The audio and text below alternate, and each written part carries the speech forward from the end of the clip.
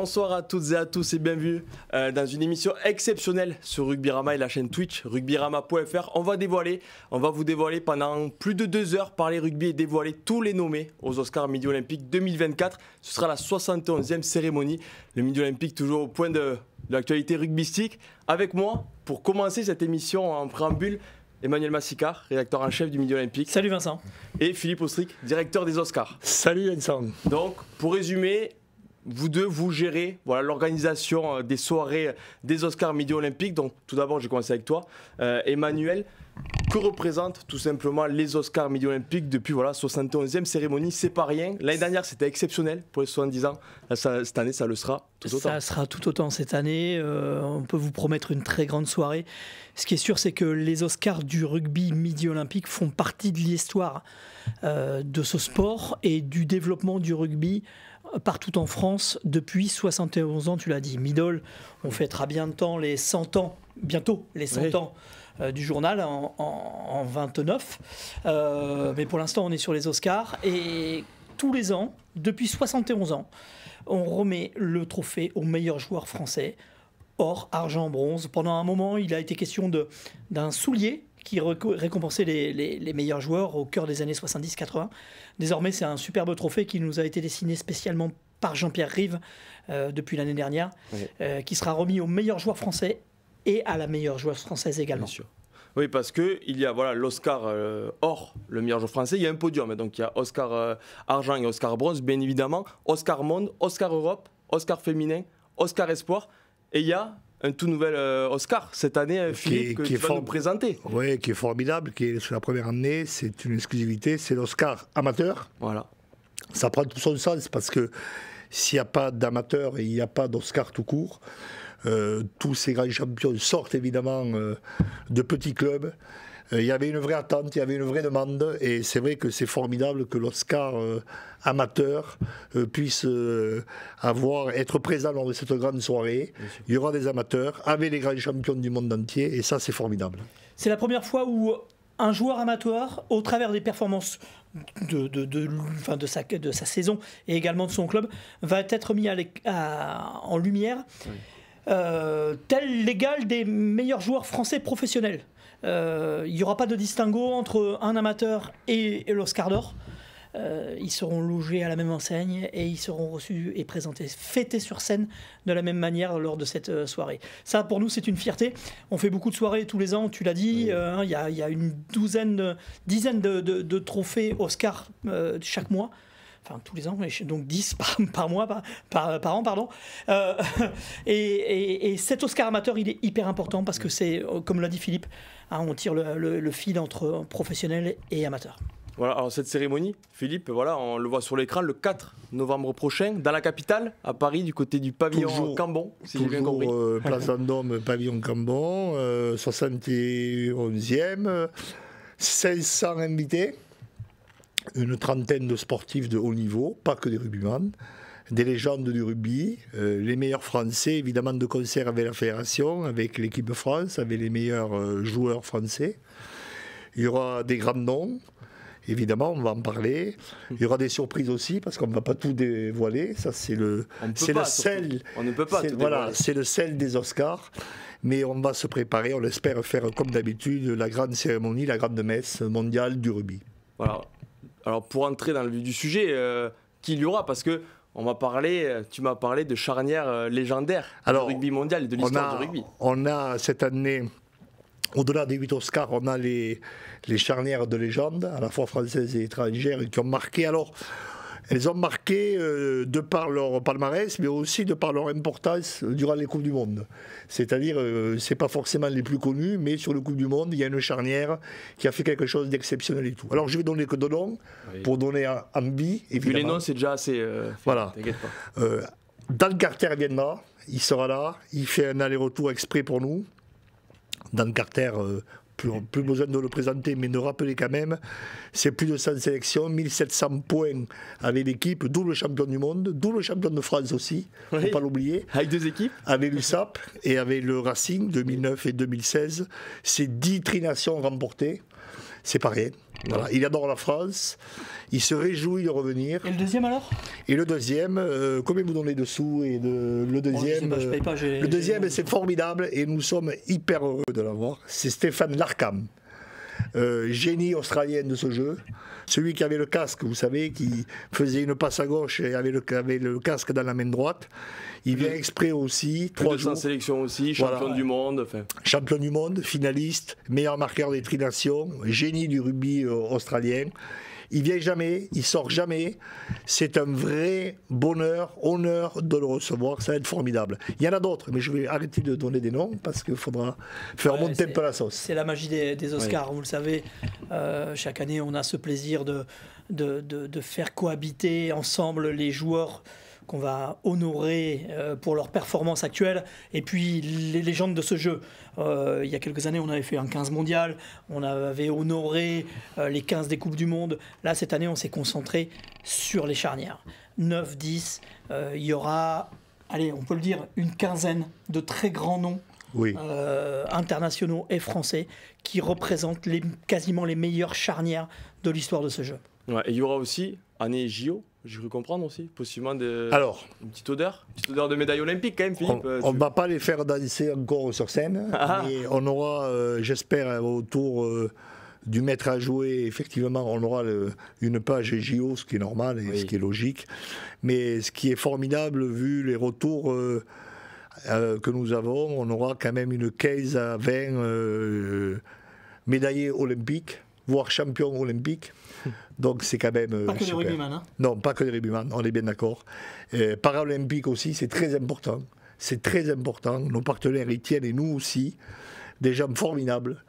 Donc on va se régaler, il nous tarde. Voilà, Emmanuel, pour terminer, avant de passer à l'annonce des nommés, il y en aura 30 pour l'Oscar Or, donc il y aura du monde et dans le chat, ils sont déjà, voilà, ils attendent. Il faut se rendre compte aussi de ce que peut représenter dans une carrière un Oscar midi olympique pour un joueur. On ne va pas tous les citer, mais ces dernières saisons, il n'y a que des stars ou que des grands joueurs qui ont un Oscar midi olympique sur leur armoire. Ouais, c'est notre ballon d'or. On n'est pas le football, évidemment, mais ce trophée, il compte énormément dans l'histoire du rugby français. Et les joueurs aiment à savoir qui sera champion cette année. Ça compte énormément. Ça n'a pas la valeur d'un Brennus, c'est évident. Mais par contre, pour un joueur, c'est très important de l'avoir gagné. Les grands noms, tu en as parlé. Serge Blanco, Philippe Sella, Fabien Galtier, Antoine Dupont ces dernières années. Voilà, il y a un vrai palmarès très très solide et la liste, elle commence à peser très très lourd. Philippe, tu voulais rajouter quelque chose? Juste pour dire que c'est dans le sens de ce que dit Emmanuel, Jonah Lomu, quand il a reçu son fameux trophée, et puis cette une fantastique, il l'a gardé chez lui, dans sa chambre. Et ça veut dire quelque chose, parce que Jonah Lomu, au bout du monde, qui garde cet Oscar Midol et cette une, ça prend tout son sens. Voilà. Ouais, si tu veux, pour terminer, ce trophée, ça prend encore plus de sens quand c'est Jean-Pierre Rive qui nous l'a redessiné. Oui. Et pour les 10, 15, 20 prochaines années, voilà, il y a un trophée dessiné par une légende du rugby pour les légendes du rugby. Voilà, c'est pour nous le plus beau des trophées. Merci messieurs. Merci. On a compris, la soirée sera exceptionnelle. Vous allez être remplacés, mais avant ça, ne bougez pas du plateau. Voilà, vous allez être remplacés par Maxime et Yanis qui attendent dans le studio. On va se remémorer les bons souvenirs. Ça fait jamais de mal de revoir. Oui, ça me met un peu de pression supplémentaire sur moi et mes équipes. Merci, ça s'appelle une passe au niveau de la cheville. Ça fait jamais de mal. On va revoir les images de la cérémonie en 2023 qui était exceptionnelle. Vous étiez bien évidemment messieurs. Et puis on passe après à l'annonce des nommés. Donc soyez patients. Quelques minutes d'images et après on passe aux nommés pour l'Oscar Or. À tout de suite. Moi, j'apprécie beaucoup la convivialité. C'est-à-dire que le fait que dans le rugby, on sent qu'il n'y a pas de star, il n'y a pas de vedette, que tout le monde se rencontre, discute, boit un coup ensemble. Ce que j'aime dans le rugby, c'est la simplicité des gens. Ça va bien au-delà du sport. J'ai envie de dire que c'est un prétexte pour vivre des émotions, pour vivre des choses avec des hommes, réussir des choses et aussi s'accomplir.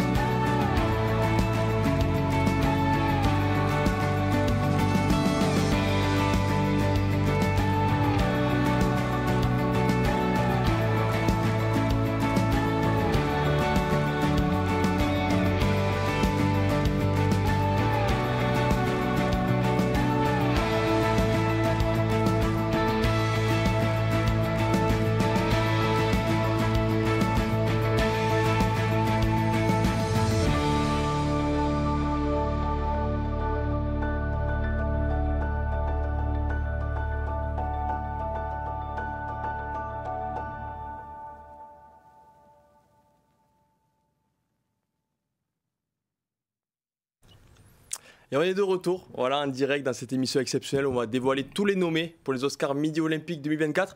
Il y a eu changement pour ceux qui étaient là qui sont là depuis le début de l'émission et ceux qui viennent d'arriver. Bienvenue sur cette émission. Yanis Guillou et Maxime Gutiérrez sont désormais sur le plateau. Bonsoir messieurs. Protocole commotion pour Philippe et Manu. On va voir s'ils peuvent revenir. Ouais, ou jeune bunker. Par les temps qui courent, vaut mieux, je sais pas ce qui est le mieux. Messieurs, on va être ensemble pendant plus d'une heure et demie, comme la saison dernière. Pour les Oscars Midi Olympiques 2023, on va dévoiler, voilà, vous le voyez sur votre écran, tous les nommés pour les Oscars Midi Olympiques. Alors, il y a 30 nommés, pour bien expliquer, 30 nommés pour l'Oscar Or, qui récompense le meilleur joueur français de l'année. Il y a aussi l'Oscar Europe, l'Oscar Monde, l'Oscar Espoir, l'Oscar Féminin. Et bon, Philippe l'a dit, il y aura un Oscar amateur cette année, mais il n'y a pas de nommé. Voilà, il y a un club qui a été choisi, bien évidemment, mais on ne va pas en discuter parce qu'il n'y a pas de liste. Voilà, ils ne sont pas 5, il n'y a pas de concours à ce niveau-là. Messieurs, juste déjà, est-ce que vous êtes prêts? Parce qu'on va beaucoup parler rugby quand même. Ah oui, mais on a l'habitude. Enfin, je veux dire, on fait ça de nos journées de toute façon. Donc, on est habitués du plateau. Après, bon, bien évidemment, on a la liste, il n'y a que du bon nom. Bah, j'imagine, voilà, Oscar Or. C'est le gratin du rugby. On ne peut pas mieux faire. Et si vous le voulez bien, on va commencer de suite. Moi, je vais les découvrir avec toi. Voilà, et ben, on va découvrir ensemble. Vous allez découvrir les 5 premiers, parce qu'ils sont coupés par groupe de 5. Les 5 premiers nommés à l'Oscar Or 2024, c'est tout de suite. Les voici, on en discute après.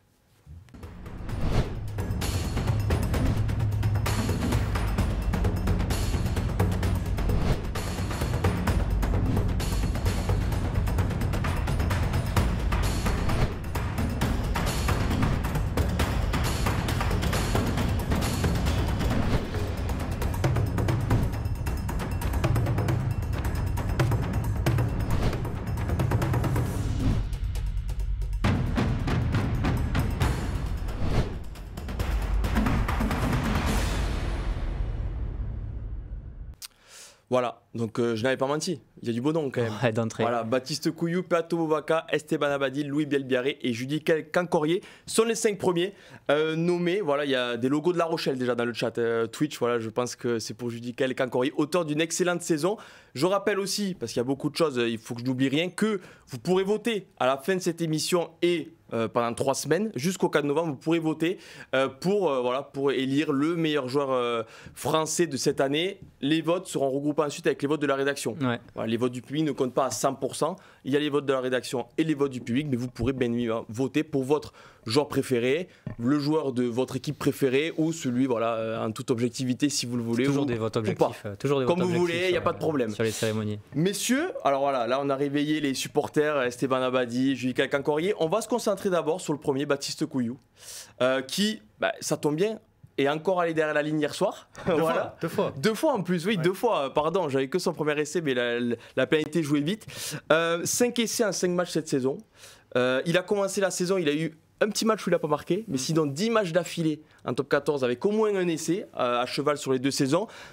Il a un poste, bien évidemment, où il y a un monstre. Dont on parlera peut-être dans cette émission. Nolan Le Garec. Nolan Le Garec ou Antoine Dupont. Aussi. Non, plus sérieusement, Baptiste Couillou est un joueur exceptionnel et a presque changé de dimension l'année dernière, est devenu le patron de ce Lyon, Yanis, et personne n'est surpris de le voir là en fait. Non, et puis ça surfe sur quand même plusieurs années de régularité. On le découvre pas aujourd'hui, ni cette saison, Baptiste Couillou. Il a déjà été capitaine du 15 de France quand même. Oui. Certains ont tendance à l'oublier, mais ce fut pendant la fameuse Autumn Nation Cup. Oui, Couillou, surtout, il s'est transformé en serial marqueur, un truc de fou.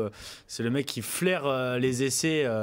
Je sais pas comment on dit pour Lucky Luke, il tire plus vite que son ombre. Lui, il marque plus vite que lui. Que son ombre, il marque plus vite que les matchs. Plus que les matchs. Ouais, je sais pas.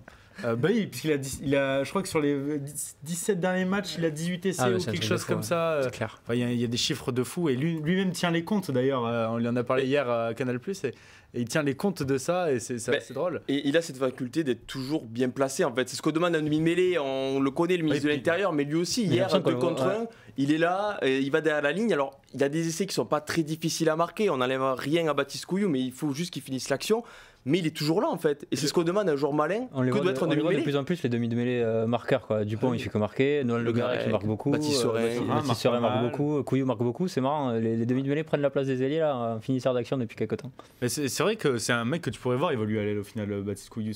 Il est ultra rapide, il a des crochets de ouf et surtout une super intelligence. Bon, c'est ce qui fait la différence pour être numéro 9 au-delà de la passe, c'est l'intelligence, la vision de jeu et la vista. La vista, c'est ce qu'il a beaucoup pour jouer ses pénalités rapidement. D'ailleurs, c'est un peu... donc, tu as évoqué plusieurs noms numéro 9. Il fait penser à Baptiste Serin sur ça. C'est les deux qui vraiment... Tu te dis pénalité vite jouée, c'est Couillou Serin. Est-ce que c'est pas un des joueurs où ce sera frustrant quand on se reposera à froid, qui est pas tombé dans la mauvaise génération, mais d'un côté on a envie de le dire Ils parce sont que plusieurs à ce poste-là. Il y a tellement... Non mais voilà, mais il y en a tellement, mais voilà, il fait partie de ces joueurs où un jour, dans 10 ans, on va s'asseoir et on se dira mais Baptiste Couillou, c'était un joueur exceptionnel, quoi, alors qu'on ne le citera jamais devant au poste de mille-mêlée dans les années 2020, quoi. On ne sait pas ce qu'on aura dans les années à venir, on sait ce qu'on a eu dans les années passées. Moi je pense que dans les générations passées, Baptiste Couillou, il aurait eu des dizaines et des dizaines de sélections où il aurait été numéro 1 indiscutable, sans manquer de respect aux charnières qui sont passées avant lui. Mais en effet, c'est un joueur qui va pâtir de la concurrence qu'il a, qui n'est même pas trop une concurrence. Il y a Antoine Dupont devant lui, et voilà, c'est comme ça. Là, vous parlez de l'équipe de France. Ce qu'il faut louer aussi de lui, c'est que finalement, il s'est construit à côté de ça une image de joueur de club, d'un seul club qui a prolongé. D'un seul club qui a quand même été plusieurs fois meilleur marqueur du championnat. Ce qu'il lui faut, c'est un titre avec Lyon. Au-delà, il a remporté la Challenge Cup déjà, mais un titre, un bouclier, quoi, pour parachever son histoire, son aventure et pour créer sa carrière et sa légende. Il aurait pu partir d'un club comme Lyon qui ne gagne pas et qui n'atteint pas le plein potentiel qu'on attendait. Tout à son honneur, quoi. L'équipe de France, oui, il est tombé sur la mauvaise génération, mais est-ce qu'on se souviendra de ça? Est-ce qu'il est tombé sur la mauvaise génération? Non, on se souviendra d'un marqueur génial qui aura donné à Lyon tout ce qu'il a pu donner dans sa carrière. Messieurs, alors je précise aussi, on ne va pas s'arrêter 10 minutes sur chaque joueur. On a une vie de famille, on a aussi besoin de sommeil comme tout le monde, donc on aimerait passer toute la nuit à parler rugby, mais c'est compliqué. Louis Bielbiarré, on va s'arrêter sur Louis Bielbiarré, on s'arrêtera environ sur 2-3 joueurs à chaque fois. Louis Bielbiarré, parce que le Bordelais a changé de dimension lui aussi, mais d'une autre manière. C'est que lui, il est plus jeune que Baptiste Couillou. Il est titulaire en équipe de France quand il est en forme. C'est devenu un des patrons, un des galactiques, parce qu'on appelle la ligne arrière Bordeaux maintenant les galactiques. Donc il fait partie des galactiques. La patrouille de France. Oui, bon, là, parce qu'il y a beaucoup d'adjectifs autour de la ligne arrière de Bordeaux. Oscar Esport l'année dernière. Oscar Esport l'année dernière, j'allais y venir. Mais Yanis, toi qui suis plus Bordeaux un peu plus que nous, Louis Bielbiarré aujourd'hui, il n'est pas impressionnant physiquement. Mais en termes de vitesse, pas grand monde rivalise avec lui. Et lui aussi un gros finisseur et un gros facteur X, quoi. Gros finisseur, gros facteur X, oui, il a forcément cette vitesse qui est juste incroyable. Le mec va à 100 000, donc c'est beaucoup plus facile pour marquer des essais et faire des crochets. Mais il a développé quand même une certaine, lui aussi, intelligence de jeu. C'est pas juste un sprinter, quoi. Il est capable aussi de retour défensif très, très, très fort, comme il avait fait en fin de saison dernière. Il y a 2-3 matchs de suite où il fait un sauvetage à chaque fois. Et puis, capable de jouer arrière, de jouer à l'aile, assez polyvalent. Il a développé son jeu au pied et sa technique de plaquage. Donc, il est dans sa progression. C'est quand même un jeune joueur encore. Hein. Il est que Oscar Esport l'année dernière. Ça fait que 2 ans qu'il joue en pro. De manière régulière. De manière régulière. Qui a fait la Coupe du Monde, qui arrive un peu comme une bombe à la Coupe du Monde, mais aujourd'hui en fait, ce qui fait sourire, c'est qu'aujourd'hui quelqu'un qui n'a pas eu l'occasion de voir la Coupe du Monde, il se dit Bielbiarré il a fait la Coupe du Monde, c'est normal, quoi. Non, il est installé. Alors qu'on a oublié qu'il y a tout juste 1 an, la Coupe du Monde était il y a 1 an jour pour jour, elle était en cours là. Et puis tout le monde n'aurait pas mis son PEL sur le fait qu'il allait y aller à la Coupe du Monde à l'époque quand il est pris. Il y a Gaëtan aussi qui est dans les... Il n'est pas plus jeune international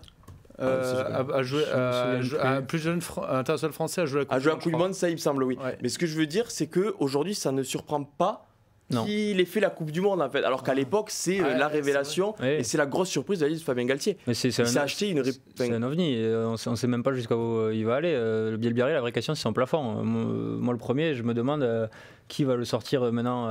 Après, c'est un poste qui a beaucoup tourné sur les dernières années en équipe de France parce qu'il y a eu des blessés. C'est pas le poste où tu as le plus de monde, l'aile. Oui, mais pour l'instant, il est titulaire indiscutable. Non, mais pour l'instant, il est indiscutable complètement. Et tu vois, en y réfléchissant à haute voix, je me dis, c'est clairement le gars qui pourrait rester 10 ans à ce poste-là, être indiscutable et finir avec 100 sélections. Je vois bien Bielbiarré comme ça. Tu vois. Ouais, en plus, il a cette polyvalence, comme tu l'as dit, de ailier arrière. C'est-à-dire que sur une feuille de match, il est utile parce que si tu as un pépin physique à l'arrière, et on connaît avec un Thomas Ramos qui peut glisser en 10 pendant le match, c'est toujours bien d'avoir Bielbiarré qui peut jouer à l'arrière et qui le fait plutôt bien. Il me semble qu'il était à l'arrière à Toulouse, je crois, il y a 2 semaines. Oui, voilà, à l'arrière à Toulouse. Au repos. Voilà, où il fait un match exceptionnel et Bordeaux est allé gagner à Toulouse. Donc, c'est pas à plaindre l'UBB quand Louis Bielbiarré est à l'arrière. Messieurs, j'essaie de regarder. Ouais, que dit le chat un petit peu là? Ah non, il y a Space Jam DX. Alors c'est compliqué, je m'excuse, hein, mais il veut briller. J'ai un tweet du début de la prépa de la Coupe du Monde qui annonce LBB au mondial. Bravo à lui. Alors bravo, mais par contre on veut un screen. Voilà, donc c'est bien de l'annoncer comme ça Après, sur le le début chat. de la prépa, parce que t'es fort, c'était un an en arrière. Oui, début bon, de la prépa, non, mais bon, il y a il y a quand même 19 ans des cas, aussi. il- Début de la prépa, fallait. Moi, j'y mettais pas main à couper Non. Bielbiarré. Et quand même dans le groupe élargi, bon. Ah, il y mais avait il aurait pu Gaëtan. aussi à 18 Ouais, ans. tu aussi, sais que ça se Yannis. jouait entre lui et Gaëton à l'époque, c'est. Qui était meilleur marqueur de top 14. Je veux pas, Gaëtan, à ouais. l'époque. Messieurs, alors je réponds juste à Matt 1501, il n'y a pas de joueur de Pro 2 dans les nommés. Voilà, Non. voilà. Mais s'il y a des supporters du club de Pro 2, restez avec nous, vous inquiétez pas, vous allez être servis. Hein. On va continuer. Il y a Ashraf en régie ce soir qui va avoir beaucoup de boulot. Il y a aussi Tristan Fayer en studio pour ceux qui regardent les émissions qui a aussi beaucoup de boulot Il a la tête qui fume. sur là, les tout ça. réseaux sociaux et le site. Et il y a Julien Gère aussi. Honneur à l'homme de l'ombre. Il y a du Il y en monde. aura aussi des joueurs de l'ombre dans cette liste. Est-ce Voilà, que c'est pas un pour peu tout le François Cross de notre rédaction, Julien? Un peu. Et Rugby Rama, ça je pense que c'est Tristan Fayer, voilà, qui répond à Space, qui dit moi je l'avais vu en cadet, je l'avais déjà dit. Ah, Mais c'est pas tu un vois concours. Voilà, c'est bon. Ouais, c'est pas un concours. Messieurs, les 5 prochains nommés tout de suite, et on va faire comme d'habitude, on va en parler de quelques-uns, on se retrouve en quelques secondes.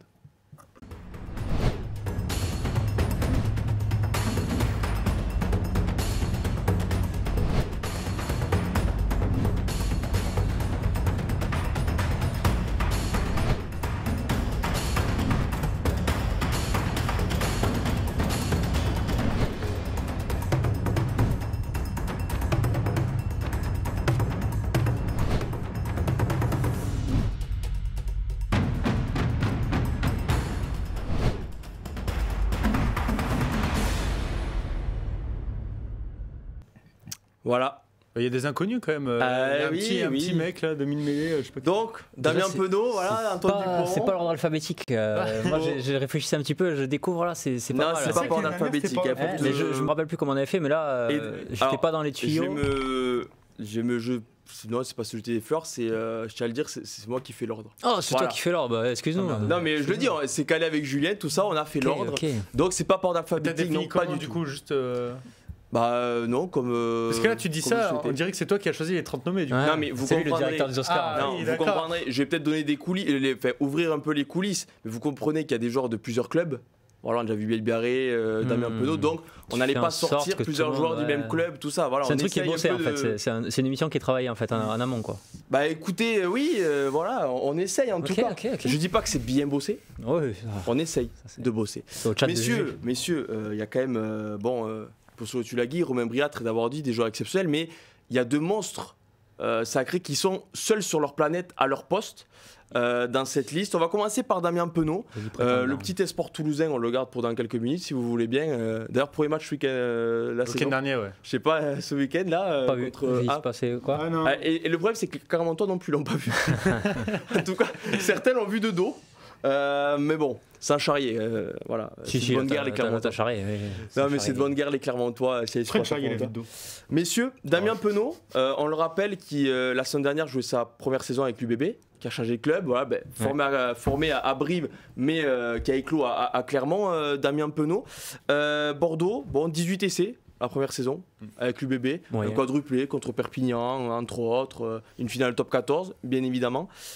Et cette saison, alors c'est surprenant, mais il a plus d'essais que de matchs joués. 5 essais pour 4 matchs. Quel enfer. Voilà, donc au bout d'un moment. Comme l'année dernière, non? Ah oui, non mais oui. L'année non, mais dernière je- aussi, ouais. Non mais je ne dis pas, mais Il faudrait regarder les records, il va en faire tomber quelques-uns peut-être. alors des déjà, records je d'essais, vous le- tonton attention au meilleur marqueur de l'histoire du 15 de France. Bah ouais. Il lui reste 2 essais, attention à la tournée de Oui. novembre. Ouais, bon, c'est le Japon quoi, c'est le ami- 9 novembre.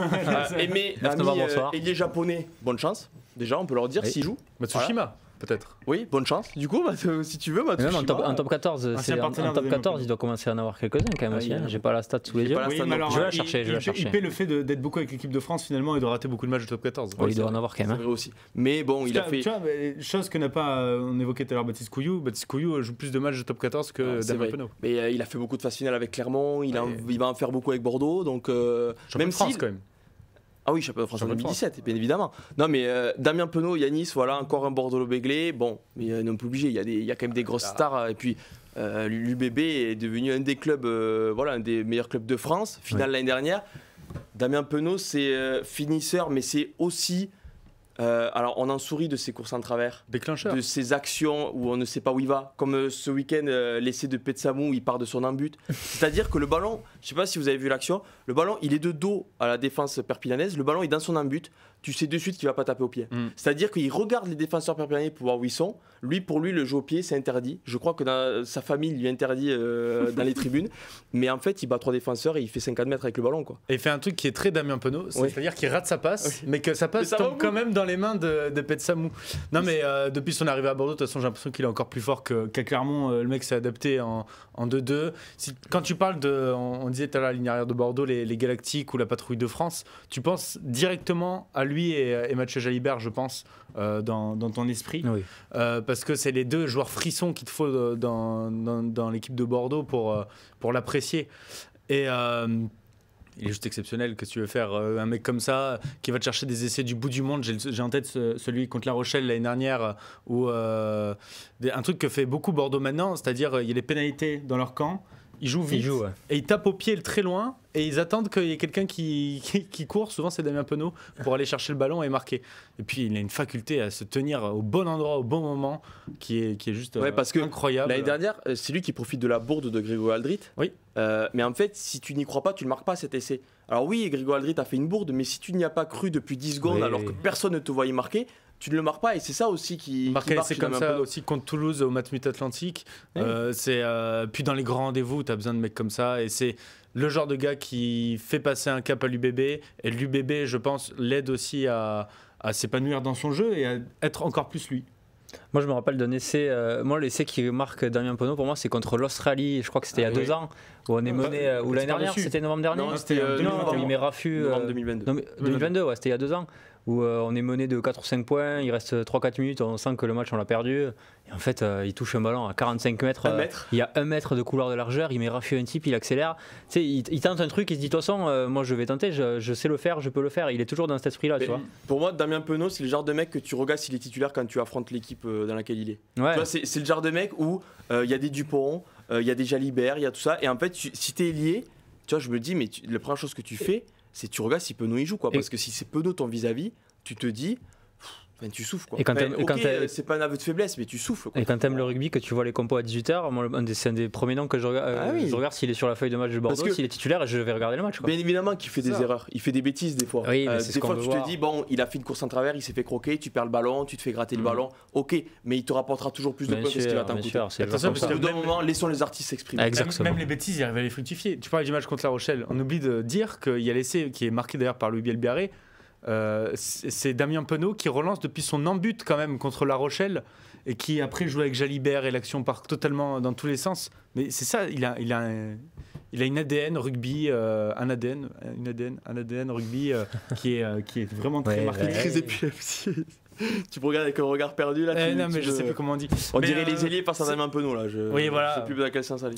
C'est le joueur frisson par excellence, chose qu'adore Max d'ailleurs. J'adore ça. bien Mais sûr. je suis d'accord pour dire que c'est un des joueurs qui a fait passer un cap aussi à l'UBB. Ce mariage a servi à tout le monde, mais c'est un des joueurs qui est devenu de suite un danger pour tout le monde. Et finale de top 14, bon, finale dont on va pas beaucoup reparler par respect pour. Ah si, tu peux en parler par le bonhomme qui va suivre. Oui, je peux en parler, mais d'abord je vais répondre à Gauthier Baudin qui est dans le chat. L'ordre, en fait, il y a l'Oscar Europe qui arrive dans quelques minutes, les nommés pour l'Oscar Europe. Ensuite, il y aura l'Oscar Monde, l'Oscar Féminin et l'Oscar Espoir. Voilà. Et l'Oscar Amateur, comme j'ai dit, il y a un club qui a déjà été désigné par la rédaction du Midi Olympique parce que, je le répète, vous pourrez voter à partir de 22h, il me semble. Je regarde dans le studio, on me fait oui de la tête. C'est à partir de 22h sur Rugbyrama, mais vous ne votez que pour l'Oscar Or, qui récompense le meilleur joueur français de l'année. Pour les autres, c'est la rédaction du Midi Olympique qui choisit. Donc si vous n'êtes pas d'accord, bon, il y a une adresse mail. Bien sûr. Voilà, il y a une adresse mail, il y a des réseaux sociaux, et puis voilà, sans insulte s'il vous plaît, quand même, si possible. Non, mais tu voulais parler d'Antoine Dupont ? Non, c'est, Bah non, c'est un joueur je sens que ça va C'est arriver. un joueur qu'on découvre. Donc il faut qu'on apprenne à le connaître. Alors il est né parce qu'on l'a vu hier, le 15 novembre 1996 à Lannemezan, parce qu'on l'a regardé hier pendant la 3e mi-temps. Mais on a comparé le parcours de vie de Paul et de Antoine Dupont. Oula. Paul Arnaud, qui travaille avec nous, qui est très bon journaliste, qui participe à la 3e mi-temps. Qu'est-ce que j'avais de mieux à faire hier soir que de regarder cette émission? J'ai oublié. Bah tout. Ouais, peut-être. Dormir sûrement. Ouais, Dormir c'est la meilleure chose. Comparer le parcours. Il n'y a rien de mieux à faire que regarder la 3e mi-temps un dimanche soir. C'est vrai, en plus. Je réponds encore à Gauthier Boudin, je ne sais pas, mais en tout cas, j'ai pas entendu parler de Groyer pour le club amateur. Voilà. Non, mais Antoine Dupont qui a fini, qui a mal au cou en fait. Nous, c'est un torticolis, lui, c'est juste que il a des médailles. Là, je comprenais pas où t'allais.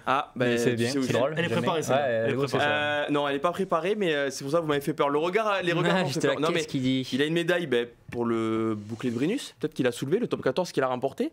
Il a une médaille pour la Champions Cup qu'il a remporté. Il a une médaille pour le tournoi de Los Angeles qu'il a remporté à l'équipe de France de rugby à 7. Ouais. Il a une médaille pour le tournoi de Vancouver aussi. Ça, c'est juste cette année, faut préciser. Voilà, c'est cette année. Et puis, il a une médaille d'or olympique. Elle doit peser un peu plus lourd que les autres, celle-là. Saison 23-24, elle est réussie. Bon, déjà, il faudrait rappeler le menuisier de Antoine Dupont aussi pour l'avoir à trophée, qui tous les mois a du travail. Donc, c'est un peu embêtant pour lui, je pense, quand même, à force. Non, mais Antoine Dupont, on en parlait hier pendant la 3e mi-temps, on ne sait même plus quoi dire. Si ce n'est se lever, applaudir et se dire qu'on aura vécu on aura vu Antoine Dupont sur un terrain de rugby, Max. C'est beau ce que tu dis. Non, mais à part dire ça, on peut dire quoi aujourd'hui? Après avoir eu ça, on peut mourir tranquille, le plus tard possible, mais on peut. C'est ça que tu veux me faire dire. Non, Antoine Dupont, qui n'a pas été Oscar d'or l'année dernière, c'était Grégory Aldrit. Oui, c'était Grégory Aldrit, Thomas Ramos numéro 2, Camille Lopez numéro 3. Après l'année dernière, Antoine Dupont avait été Oscar monde, si je dis pas de bêtises, donc ça a quand même de la gueule dans le palmarès aussi. Il me semble que tu étais à la cérémonie, tu t'en rappelles? J'y étais, j'ai eu cette chance-là, mais tu vois, Antoine Dupont.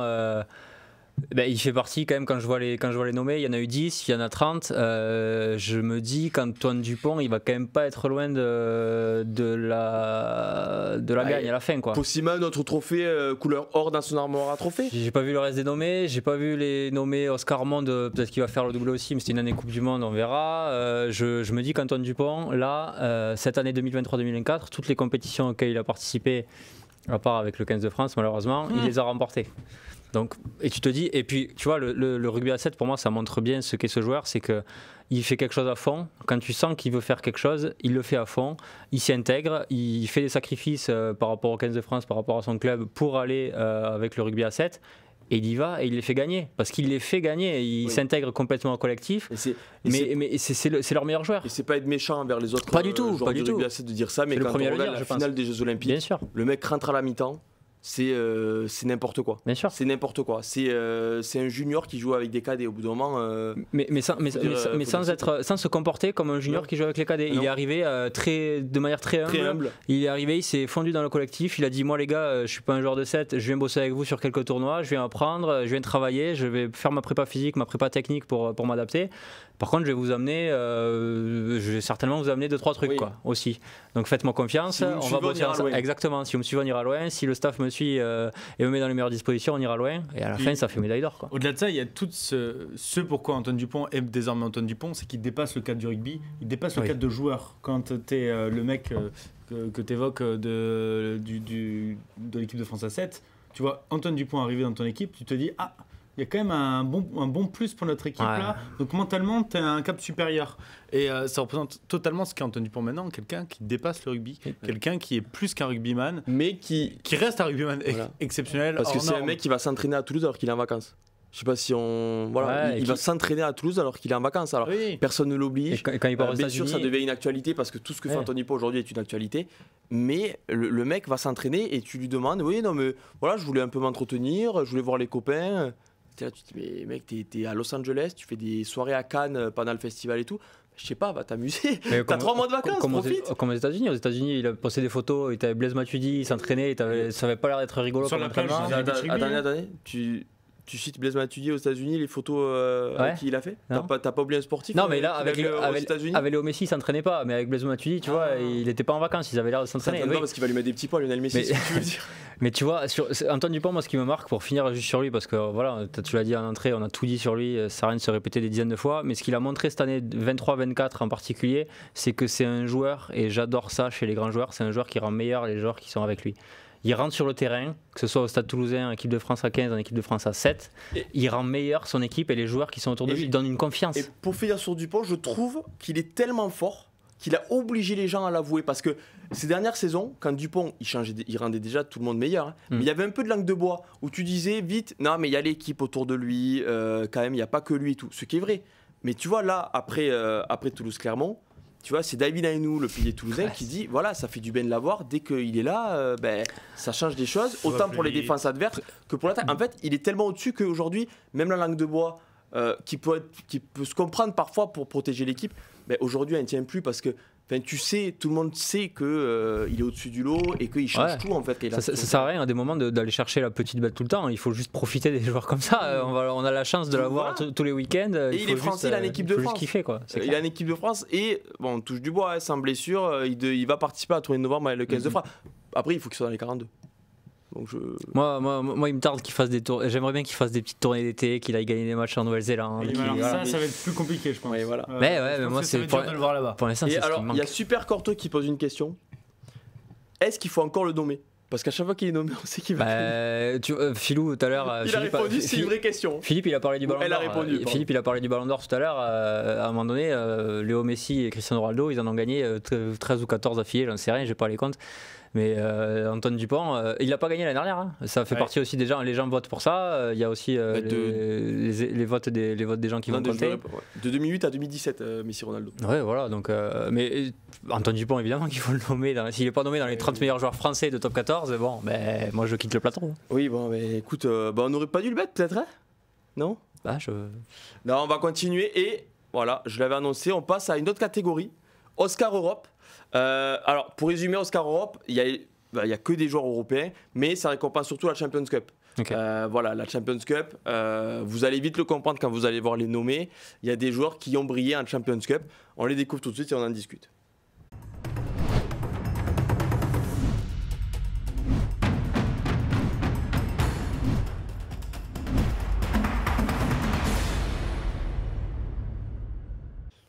Voilà les 5 nommés à l'Oscar Europe. Il n'y a pas Antoine Dupont. Voilà, il a fallu faire des choix. Pourtant, belle finale. Belle finale, oui, belle finale. Mais bon, voilà, il va sûrement concourir dans d'autres catégories, vous le verrez à l'avenir. François Cross, Jamison, Gibson Park, Jack Willis, Peato Waka, Dan Sheehan. C'est pas trop mal. Je voyage là. Je les prends dans mon équipe. Si je construis une équipe de rugby à 15, je les prends. Ouais, ça se tient. Sur le banc, un bomb squad. Ah non. Donc c'était 5 hommes déjà qui se sont affrontés. Hein. Voilà, Leinster-Toulouse, on se rappelle de cette finale mémorable au Tottenham Hotspur Stadium qui a fini en prolongation, remportée par Toulouse. Pardon ? Belle prononciation, bravo. Très je l'ai travaillé toute l'après-midi, donc je suis pas peu fier. Non, mais comme d'habitude, on va un peu Jack Willis, parce que voilà, déjà il est pas français, donc il sera pas nommé en Oscar Or 2024, alors que d'autres peuvent l'être. Peato Moaka déjà a été nommé Oscar Or 2024, donc ceux qui adorent Peato Moaka sont servis. Il est partout, Peato Moaka, comme sur le terrain d'ailleurs. Jack Willis, qui avec François Cross est un des hommes de l'ombre du Stade Toulousain, mais être joueur de l'ombre au Stade Toulousain, c'est dur. Alors, non, mais je m'explique, parce que quand on dit joueur de l'ombre, je trouve que déjà François Cross il est plus que Jack Willis, et c'est pas péjoratif de dire ça. Non, mais ce que je veux dire, c'est deux joueurs qui sont mis en avant quand même par les médias, par les gens, par les supporters toulousains. À la fin des matchs, ils disent souvent Willis a été le meilleur joueur, Cross a été le meilleur joueur. Forcé tout le monde à les mettre avant, et c'est pas méchant. Mais en fait, c'est pareil que la langue de bois avec Antoine Dupont, c'est qu'au bout d'un moment, les joueurs de l'ombre, on en parle moins que d'autres, mais quand même les joueurs de l'ombre deviennent des joueurs qu'on voit sur le terrain parce qu'ils sont tellement forts qu'on les voit. Obligé, au bout d'un moment, tu en parles forcément. Et Jack Willis et François Cross, c'est exactement ça, parce que faut se rappeler des phases finales de Jack Willis contre Exeter, contre le Leinster ou Toulouse. On l'a peut-être oublié, Toulouse défend pendant 60 minutes contre le Leinster. Ouais, clairement. T'as Dupont les grattages, mais t'as Jack Willis qui fait un nombre de plaquages, j'ai plus le chiffre, mais c'est exceptionnel. C'est totalement fou. Contre le Racing, il est énorme. La phase finale de Jack Willis, sa finale est immense aussi. Hein. Il y a un paquet de matchs de janvier à juin où Jack Willis, il est immense. De toute façon, tous les matchs de Jack Willis, franchement, il en rate pas parce beaucoup. Parce que si vous vous rappelez, il est homme du match en finale 2023 contre La Rochelle, les Cédentamac. C'est lui qui est l'homme du match. Oui. L'année dernière, il est très largement homme du match. Ouais, il me semble qu'il est élu homme du match, je crois, en finale de Champions Cup, où il est pas loin. Et la finale de top 14, il est aussi énorme. En fait, tous les matchs qui comptent. Oui. Grand joueur, grand moment. Non, mais voilà, Jack Willis, faut se rappeler comment il arrive. Hein. Les Wasps, son club où il joue, cool. Donc il trouve un point de chute en France. Bon, avec le talent qu'il a, il n'a pas trouvé dans le pire club de France, Stade Toulousain, qui fait un énorme coup. Mais à l'époque, tu vois, tu te dis, ouais, ils ont du monde, ça va être compliqué. Oui. Bon, les blessures d'Anthony Gelon ont aussi aidé pour vraiment que ce soit indiscutable et qu'il n'y ait pas débat. Mais Jack Willis, aujourd'hui, eh ben, il est dans le 15 de départ toulousain. Et quand on voit le monde qu'il y a, c'est pas rien quand même. Il faut se faire sa place. Quand tu regardes le début de saison de Toulouse et que tu vois les matchs où il n'y a pas Jack Willis, tu te dis ah bah oui, il souffre au sol, il souffre dans les rucks, il souffre dans le combat. C'est un méchant sur le terrain. C'est un méchant, c'est un mec qui va t'apporter une dimension supplémentaire dans ton rendement physique. Et puis il a du rugby aussi, quand même, Jack Willis. C'est pas non plus le dernier avec des mains et tout. Non. Donc non, il est juste exceptionnel. Et comme tu l'as dit, c'est sur les matchs, là où il est impressionnant, c'est sur les matchs qui comptent, que tu le vois et qu'il emmène tout le monde avec lui. Et je trouve ça fort pour un joueur qui est quand même pas français dans un club où il y a quasiment que des Français. Que des Français internationaux qui jouent ensemble depuis des années. Et oui, et c'est un leader. Mais moi, je pense que c'est il est pas sélectionné pour l'équipe d'Angleterre. Je sais pas si on doit le citer. Mais... Non, mais tu vois, Hugo Mola, je pense que c'est un des premiers noms qui coche sur une feuille de match importante. Comme on l'a dit, grand joueur, grand moment. Jack Willis, quand il y a une demi ou une finale, il faut absolument que tu le mettes direct dans ton équipe. Et on l'a trouvé. Enfin voilà, c'est comme François Cros l'année dernière, qui a été le meilleur joueur du 15 de France dans la plupart des matchs, qui avec le Stade Toulousain est toujours irréprochable. Moi, c'est des joueurs que je suis très content de voir là. En effet, il n'y a pas Antoine Dupont qui a été énorme, etc. On le sait.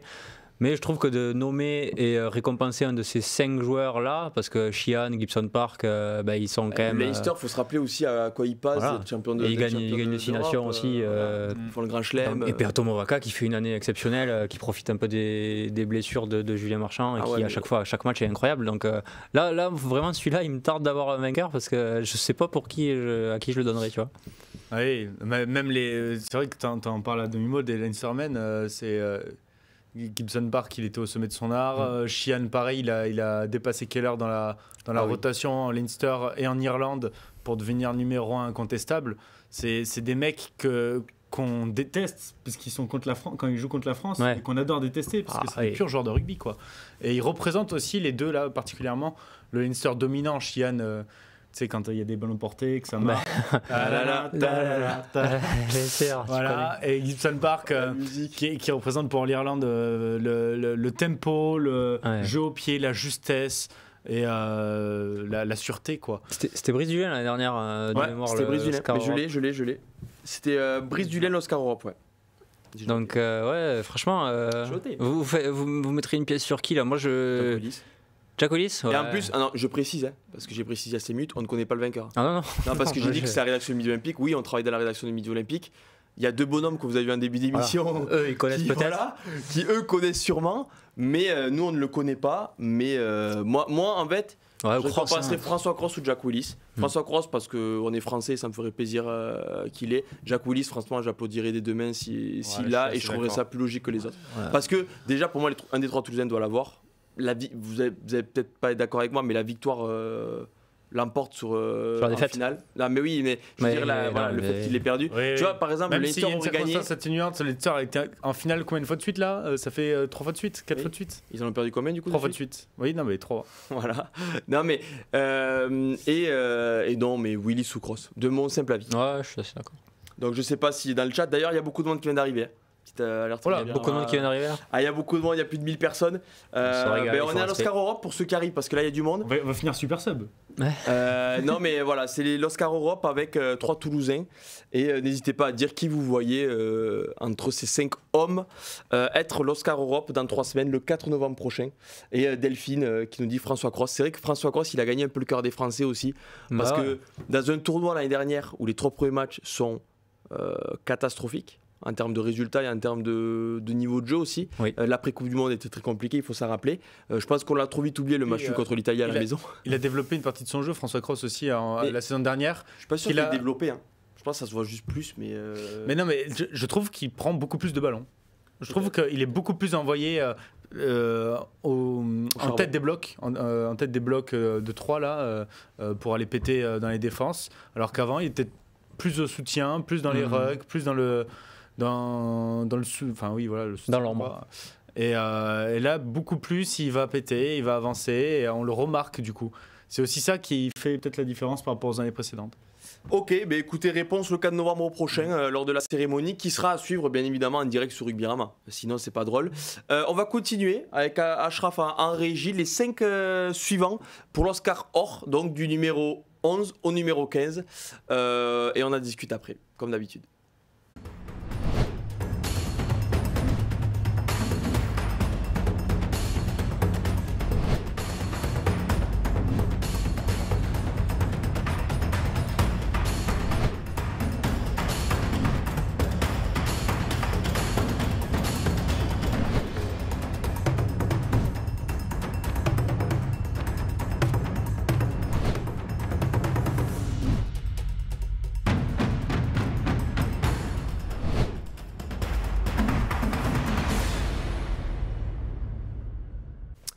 Voilà, on continue avec les gros noms du top 14. Romain Tamac, champion de France avec Toulouse. Nicolas Deporter, voilà. Bon, vous l'avez compris, hein, Toulouse et Bordeaux voilà, les deux clubs seront très bien représentés dans des Oscars 2024, mais mérités aussi. La Rochelle aussi, bien représenté. Et un Racing Man et un Palois. Théo Atisogbe. Messieurs, vous voulez commencer Il y a trop de trucs à dire là, c'est pas possible. C'est un écoutez, supplice faites un de choix. devoir. Je vais pas non plus imposer mes choix. Atisogbe, C'est celui que j'ai genre choisi, frisson, donc, voilà. Genre frisson. Alors vas-y, Théo Atisogbe, le Palois. Non, mais Atisogbe, c'est la bonne surprise de l'année dernière. Avant la saison dernière, au final, il n'avait jamais joué en top 14. Il fait ses premiers matchs en début de saison. Je crois que c'est son premier match au Hameau, c'est contre le Racing, son premier match tout court même, c'est contre le Racing, où il est déjà éblouissant. Et au final, toute la saison, il a été une surprise par sa vitesse, mais aussi sa polyvalence, puisqu'on l'a vu progresser au fil de la saison sur son jeu au pied, notamment sur ses placements et sur sa faculté à rester calme dans le jeu, à pas tout le temps relancer les ballons, malgré le fait que c'est je cite quelqu'un de la rédaction Middle, c'est un épervier, donc ça veut dire qu'il plonge dans les défenses, quoi. Et puis il a été récompensé par cette tournée en Argentine, ses sélections avec le 15 de France, et il marque d'ailleurs en Argentine 2 essais, ce qui prouve qu'il n'y a pas d'âge. Tu me parles pas d'âge. Je me parle pas d'âge. C'est le talent qui parle, et Théo Atisogbe en a beaucoup. Champion du monde du vin aussi, voilà, l'été 2023, champion du monde du vin, mais je le trouve plus fort en top 14 qu'à la Coupe du monde du vin. À la Coupe du monde du vin, c'est pas celui qu'on remarquait, on va être honnête, par rapport à d'autres. Il était même plutôt en retrait sur cette génération, mais au final, c'est de cette génération, c'est celui qui a le plus percé.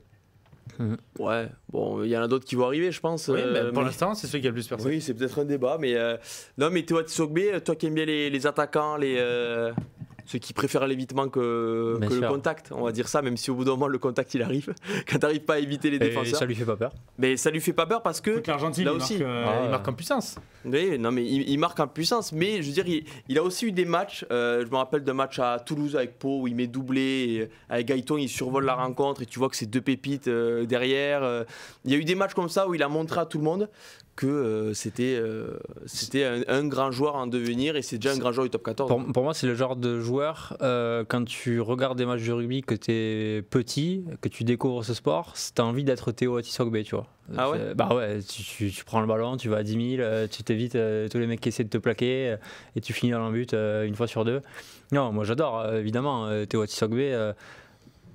Un radar un peu de ce qui me fait aimer les joueurs, tu vois, quand je fais ma compo la grande mêlée, que la section joue à la maison sur le meilleur jeu de rugby de l'histoire des jeux de rugby inventés depuis Rugby 08. Créé par qui? Créé par nous, par Rugbyrama. Quand je fais ma compo, que je vois que Théo Atisogbe joue à la maison et à l'aile de la section paloise, je le mets direct. Il marque à tous les matchs à la maison, il va battre des joueurs. Tu vois, il a un peu un style Damien Penaud dans le sens où il va oser plein de choses tout le temps. Il va toucher beaucoup de ballons. Il va toucher beaucoup de ballons. Il est puissant, moins tout ça. Mais il va réservé dans. Moins extravagant. Ouais, moins extravagant. Et puis, quand même, alors, Damien Penaud est intouchable dans son style, mais plus complet quand même que Damien Penaud, je trouve. Damien Penaud est plus... Ah, ok, il est plus complet, tu dis. Théo Atisogbe est plus complet dans son jeu que Damien Penaud, mais Damien Penaud est à un tel niveau de perfection dans ce qu'il fait Mais tu vois, ça peut devenir le joueur qui, avec de la confiance et 3-4 années d'expérience en plus, des sélections en plus, des matchs gagnés à la maison et des essais marqués, il va pouvoir tenter encore plus de choses et je trouve qu'il va pouvoir être encore plus. Et on aura la réponse dans quelques semaines à voir le crédit qu'il a gagné avec le staff de l'équipe de France dans une tournée, bon, on va pas en reparler, mais qui était très compliquée à partir de. Voilà, juste après le premier test, très compliqué, je pense, mentalement pour les autres joueurs, notamment Théo Akisogbe qui est du même club qu'Hugo Radou. Mais voilà, avoir le crédit qu'il a gagné à un poste, on l'a dit en parlant de Damien Penaud et de Louis Bléré, où il n'y a pas énormément de monde, il y a beaucoup de joueurs qui sont passés. Est-ce qu'il est troisième Est-ce qu'il est troisième dans la hiérarchie des ailiers? Moi, je pense qu'on peut dire ça aujourd'hui. Oui. Mais Pour moi, oui. Après, je sais que on sait que le staff équipe de France aime bien décaler Gaël Ficou à l'aile, Yoram Moefana, toujours préféré. Mais peut-être qu'il n'y avait pas un Théo Akisogbe aussi en troisième. Voilà, peut-être que Ethan Dumortier, Gabin Villiers, tout ça n'avait pas le crédit. Qui peut jouer ailier aussi. Ouais, mais aujourd'hui, Théo Akisogbe à l'aile, je pense qu'il est devant Emilien Gaëton. Je suis d'accord, mais puis quand même belle palette puisque formé en 10, il a joué à l'arrière avec la section et il joue à l'aile. C'est un joueur moderne, il sait jouer plusieurs postes, mais c'est un joueur moderne. Pas vraiment dans son style de jeu parce qu'on a ces dernières années on avait beaucoup d'ailiers qui arrivent avec des bras comme ça et qui font 110 kilos et qui mettent des culs à tout le monde. Certes il faut savoir le faire mais voilà, et lui non, lui et avec son physique atypique aujourd'hui, j'ai envie de dire, parce qu'il a quand même un physique atypique, il n'est pas non plus voilà, surmusclé, mais il arrive à s'en sortir, il bat des défenseurs, il va derrière la ligne et c'est tout ce qu'on demande à un ailier, donc au bout d'un moment un mot quand même. Brice Dulin n'a jamais été bodybuildé et pourtant c'est un très bon exemple d'un mec qui a su percer. Là, il y a du QI rugby. Là, il y a du QI rugby. Quand tu regardes Ntama, Akisogbe, Gilbert, Julien je dirais même, et d'ailleurs, j'avais pas fait attention, il n'y a que des arrières. Alors, ça, je vous l'ai dit, j'avais pas fait attention, mais il y a de l'élégance surtout. Il y a de l'élégance. Ntama, Antoine Gilbert, Nicolas Deporter, ballon en main. Ça joue en levant les yeux, ça regarde ce qui se passe à côté. Nicolas Deporter, à qui on souhaite un prompt rétablissement. Tout à fait. Qui a eu une grosse blessure, une blessure qui a rappelé de très mauvais souvenirs à tout le monde à la Coupe du Monde 2023. Fracture du planche orbitale. Voilà, pour Nicolas Deporter. On ne sait pas encore s'il va se faire opérer. Et Romain Tamac aussi qui s'est blessé. Romain Tamac aussi s'est blessé, bien évidemment. Alors, Romain Tamac, c'est une mauvaise nouvelle, mais une bonne nouvelle dans la mauvaise nouvelle, parce qu'on a eu peur quand même que ce soit le tendon d'Achille. Je souhaite à personne d'avoir été comme Théophile et moi, d'être tribu d'Ernest Vallon. Je pense qu'il s'est fait peur. Romain Tamac est en tant que journaliste qui doivent savoir ce qui se passe. Non, pas. Déjà oui, mais en tant que déjà passionné de rugby. Ah oui. Parce que quand tu sais quand même qu'il revient des croisés depuis 6 mois et qu'il est revenu comme s'il n'était jamais reparti. Mais là, il s'est tenu la tête et tout. Et en fait, moi je me rends compte. Déjà, on va dire, il s'est fait très peur. Il s'est fait très peur et je suis rejoint Yannis, il s'est fait très peur. Et puis en fait, moi je le vois, il y a un essai, je crois que c'est presque un essai de Toulouse, et je le vois tomber dans l'embut et je vois Juan Cruz Malia qui était sur le banc, qui se prend la main, la tête dans les mains et qui, c'est très grave quoi. Antoine Dupont qui réagit pas. Et ça m'a marqué aussi, qu'il ne réagit pas du tout, qu'il voyait presque son acolyte repartir pour plusieurs mois à l'infirmerie. Et c'est vrai qu'au final, un mois, c'est une blessure quand même qui va devoir bien guérir pour revenir. Mais pour en parler 2 secondes, d'ailleurs, Romain Tamac qui est revenu de ces fameux croisés comme s'il était très bien. Mais comme s'il était jamais reparti. Ouais, et puis même pas de... Il n'a pas de, il n'a pas reculé dans la ligne d'avantage, il n'a pas de peur de jouer, il n'a pas de peur de casser des plaquages. Il est gaillard encore. J'imagine que la rééducation a été axée sur son physique de toute façon. Donc, il garde cette puissance physique qui le caractérise, sûr en défense. Et mais rugby, évidemment. Romain Tamac, c'est les qualités qu'on dit depuis le début de sa carrière, c'est que il n'a pas besoin de traverser le terrain pour être décisif. C'est toujours le geste juste. C'est finale de top 14, je perce, je fais un petit coup de pied rasant, parfait pour Thomas Ramos, ça va derrière la ligne. Après, il joue dans une équipe avec un pack. Il joue souvent dans un fauteuil aussi, mais déjà quand tu as son talent et que en plus parfois tu joues dans un fauteuil et que tu as des Pita Aki, des Thomas Ramos et d'Anthony Dupont à côté, oui, forcément, tu te régales. Et ça pique pour les adversaires. Et Romain Tamac, il ne faut pas se tromper. Peut-être qu'il y sera. Mais Romain Tamac, qui est déjà forfait pour France-Japon, mais qui pourrait revenir pour France-Nouvelle-Zélande ou France-Argentine. France-Argentine qui laisse quand même un peu de marge de manœuvre, mais à voir s'il regoutera à l'équipe de France. Antoine Gilbert, c'est l'élégance aussi. On peut laisser un début de saison, on a vu ce que ça donnait pour le Racing. Il me semble que Noël Le Garec, tous les jours, il va prier pour que Antoine Gilbert revienne bien, parce qu'il est revenu, mais il est sur le banc, il n'est pas à 100%. Antoine Gilbert, on le comprend. Capable de jouer 9 et 10. qui est un des joueurs aussi, je pense, de la charnière, un des plus sous-côté, de complètement top 14. sous-côté. Parce que tout le monde aussi a oublié le début de saison du Racing l'année dernière, les 6 premiers mois du Racing. Ça gagne tout le temps. C'est Le Garec, Gibert et les autres. Ah oui. Ils ont une charnière qui est injouable sur le C'est simple, à un moment, sur le Gilbert, je synthétique. crois, se pète ou va en équipe de France. Mais les deux vont en équipe de France ensemble, Oui, et c'est le début du déclin du mais Racing. en fait, Gibert reste réserviste. Ouais. Voilà, il est réserviste pour France-Irlande pendant le tournoi. Et ça commence à partir en cacahuète au Racing. Parce que ces deux, je me souviens que t'allais sur la pelouse de la Paris La Défense Arena, sur le synthétique. Il faisait plus le Deux beau temps. feux follets qui faisaient tout. Voilà, qui faisaient tout pour le Racing. Alors, ils n'étaient pas seuls, bien évidemment, mais ils étaient quasiment injouables quoi, à domicile. Et forcément, le Racing avait fini premier après 13 journées top 14. Hein. Ouais, non, il mérite d'être là, Antoine Gibert, pour la saison 23-24.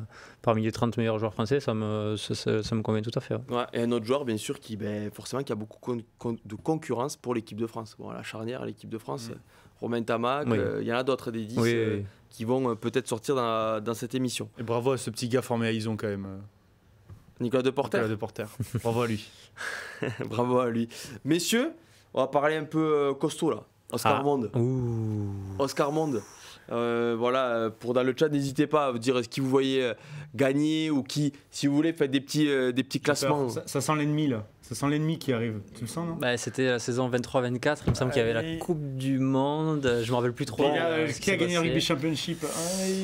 Voilà, je pense que ça a été décidé avant le Rugby Championship vu les joueurs qu'il y a. Mais et à chaque fois, tu vois, il sait, il tease. non, je tease. Envoie là, on est comme les gens dans le chat. Allez, Ashraf, tu peux envoyer et on en parle après.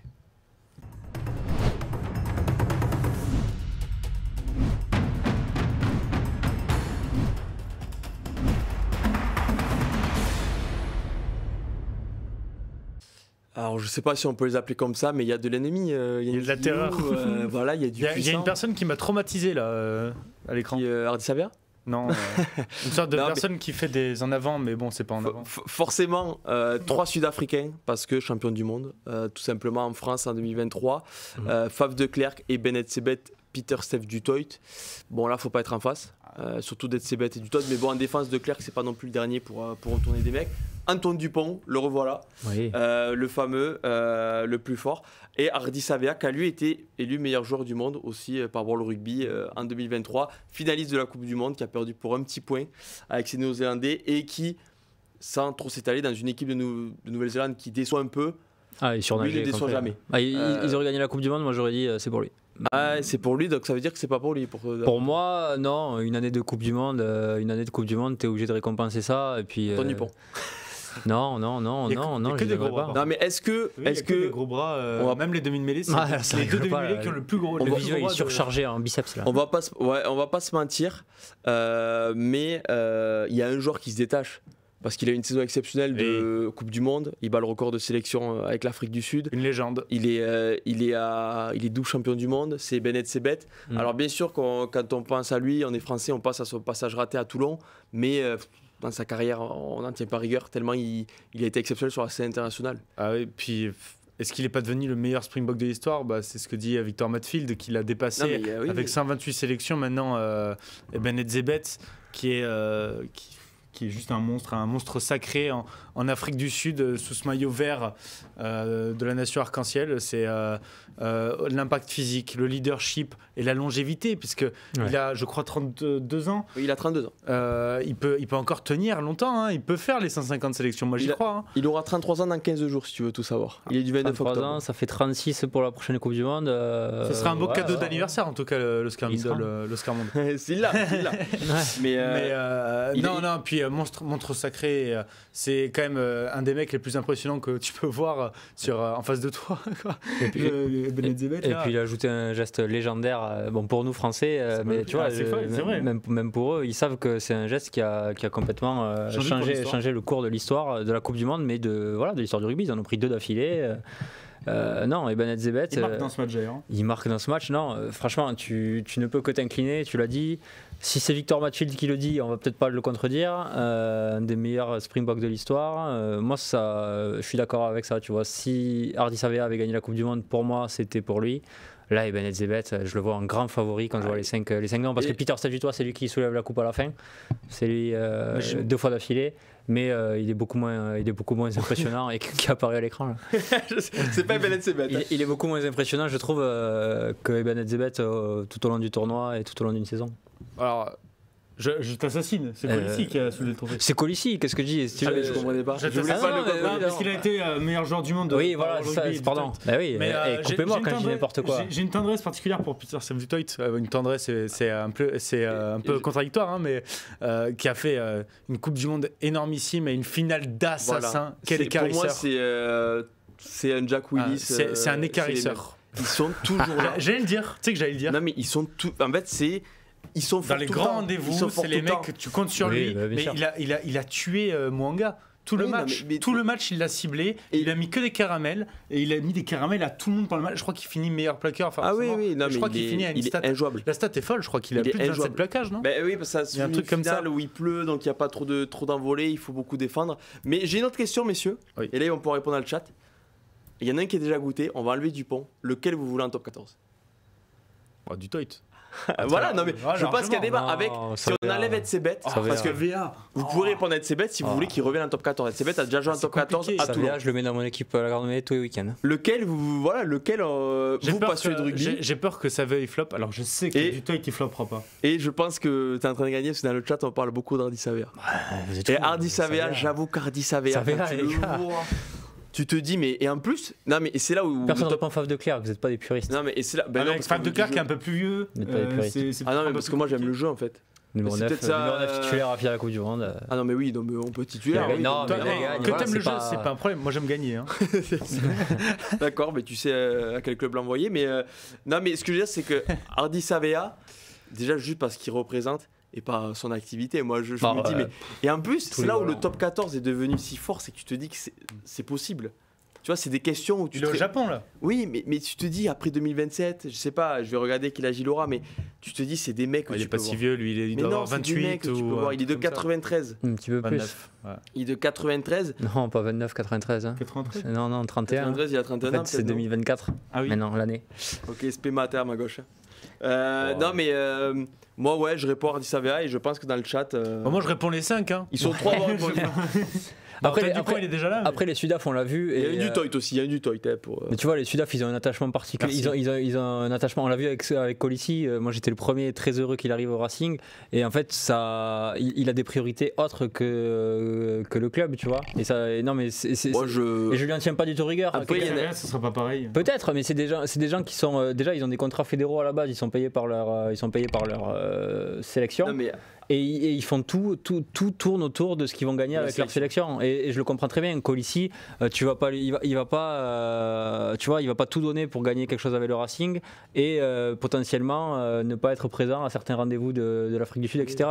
Ils peuvent pas le comprendre. Nous, notre rugby européen de club. C'est aussi, il y a aussi eu des Néo-Zélandais qui n'ont pas vraiment répondu un peu aux attentes. Je me souviens de Mahanonou à Toulon, qui arrive un peu en fin de carrière et qui fait des bons matchs, mais qui n'est pas au niveau où il est en 2015, par exemple. Ngani Lomapé. Ngani Lomapé. Ouais, mais Ngani Lomapé, il arrive pas. Mais c'est quand même le traumatisme. Là, Mahanonou, il vient de faire un malaise. Là, tu viens d'enchaîner Ngani Lomapé juste après Mahanonou. Bien sûr, mais ça reste quand même un traumatisme. Parce qu'en plus, Mahanonou, je le croise pas dans bien sûr, mais ça reste un traumatisme. Et Mahanonou, excuse-moi, il a quand même fait des plutôt bons matchs avec Toulon. Non, mais je suis d'accord. Mais il arrive après un Toulon, il ne gagne pas.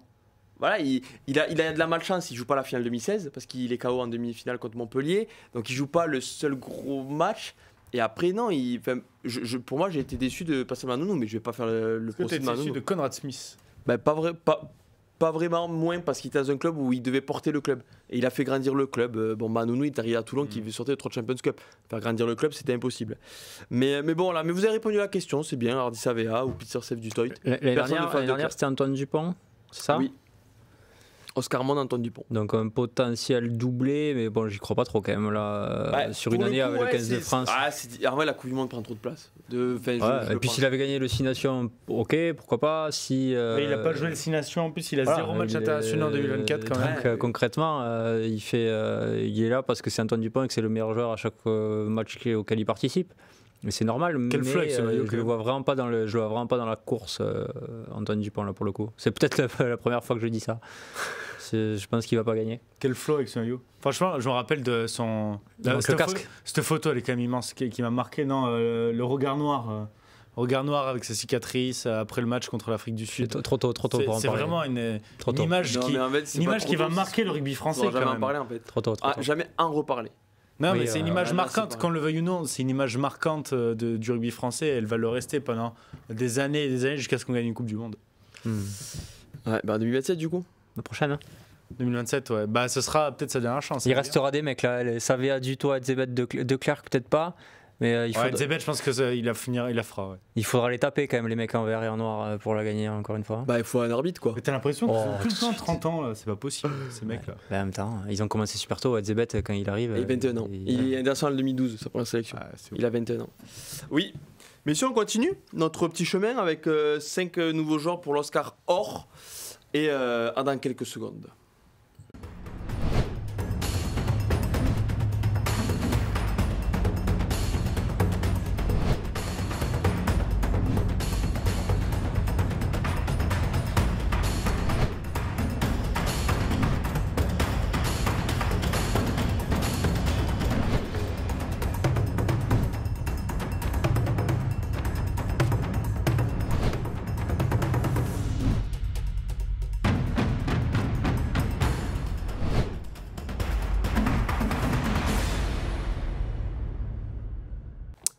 Voilà, 5 autres joueurs nommés pour l'Oscar Or 2024 pour lesquels vous pourrez voter si vous le souhaitez à partir de 22h sur Rugbyrama. Baptiste Serin, Léo Barré, Winnie Antonio, Thomas Ramos et Maxime Lucu. Il y a un intrus là. Il y a un intrus. Antonio parmi Ramos, Lucu, Barré, Serin. On l'a mis au milieu. Oui. Au moins, ça densifie. Ça resserre du monde là quand il prend Thomas Ramos et Léo Barré avec les bras. Bon, un peu grand monde qui bouge. Messieurs, on va s'arrêter un peu sur Baptiste Serin. Toulonnais qui a requalifié. Voilà, Tristan Feuilleur est heureux dans la cabine studio, joueur qu'il adore. Non, mais qui a retrouvé les phases finales déjà avec Toulon. Enfin, Baptiste Serin a découvert la phase finale. Non, mais je veux dire, Toulon a retrouvé les phases finales avec un Baptiste Serin qui est le patron de ce RCT. Oui. Il y a Charles Oliveron, il y a même Esteban Abadi qui est devenu un des leaders. Il y a Gabin Villiers derrière. Il y en a, mais Baptiste Serin. Il y a un Toulon avec Serin, il y a un Toulon sans Serin, et c'est normal quand on voit le talent qu'il a et l'importance qu'il a lors de ces rencontres. Frustré par sa non-sélection à la Coupe du Monde aussi, peut-être avec Toulon, il a fait encore une très bonne saison. Malgré ses petits pépins physiques qu'il a eu parfois, c'est le leader de Toulon. Tu sens que sans lui, en fait, Toulon est une toute autre équipe. Bon, avec lui, c'est une toute autre équipe, puisque Toulon ose plus de choses grâce à lui, il y a plus de vitesse, et puis il ne connaît pas la pression. Tu as l'impression que, avec son âge aussi, c'est un mec qui prend plus de responsabilités. Je repense au match là, il y a 15 jours contre Clermont où le ballon tombe et il est à 45 mètres à gauche des poteaux, il le prend sur une pénalité, il tape un drop qui passe entre les poteaux. C'est un fou. Et puis on en parlait tout à l'heure avec Couillou, c'est les pénalités vite jouées, l'audace, la prise d'initiative, le talent et puis quand même une certaine classe quoi. C'est la classe. Il l'a fait moins, c'est Chistera là, avant qu'il faisait tous les matchs. Il réussissait pas tout le temps, attention. Chistera de 20 mètres là. Un peu de trash talk aussi, le joueur qui met des petites pièces à tout le monde. Alors, c'est un des joueurs que tu détestes quand il joue contre ton équipe. Ouais, donc c'est la preuve que c'est un grand joueur, bien sûr. Si t'es un joueur détesté, t'es un bon joueur. Ah, les joueurs dont tout le monde s'en fout, c'est exactement. Quand tu auras une différence, c'est que normalement tu marques pas beaucoup les esprits sur le terrain. Et Baptiste Serin, il les marque. Il faut être détesté. Qu'un joueur comme ça découvre les phases finales. Enfin, c'est quand même un.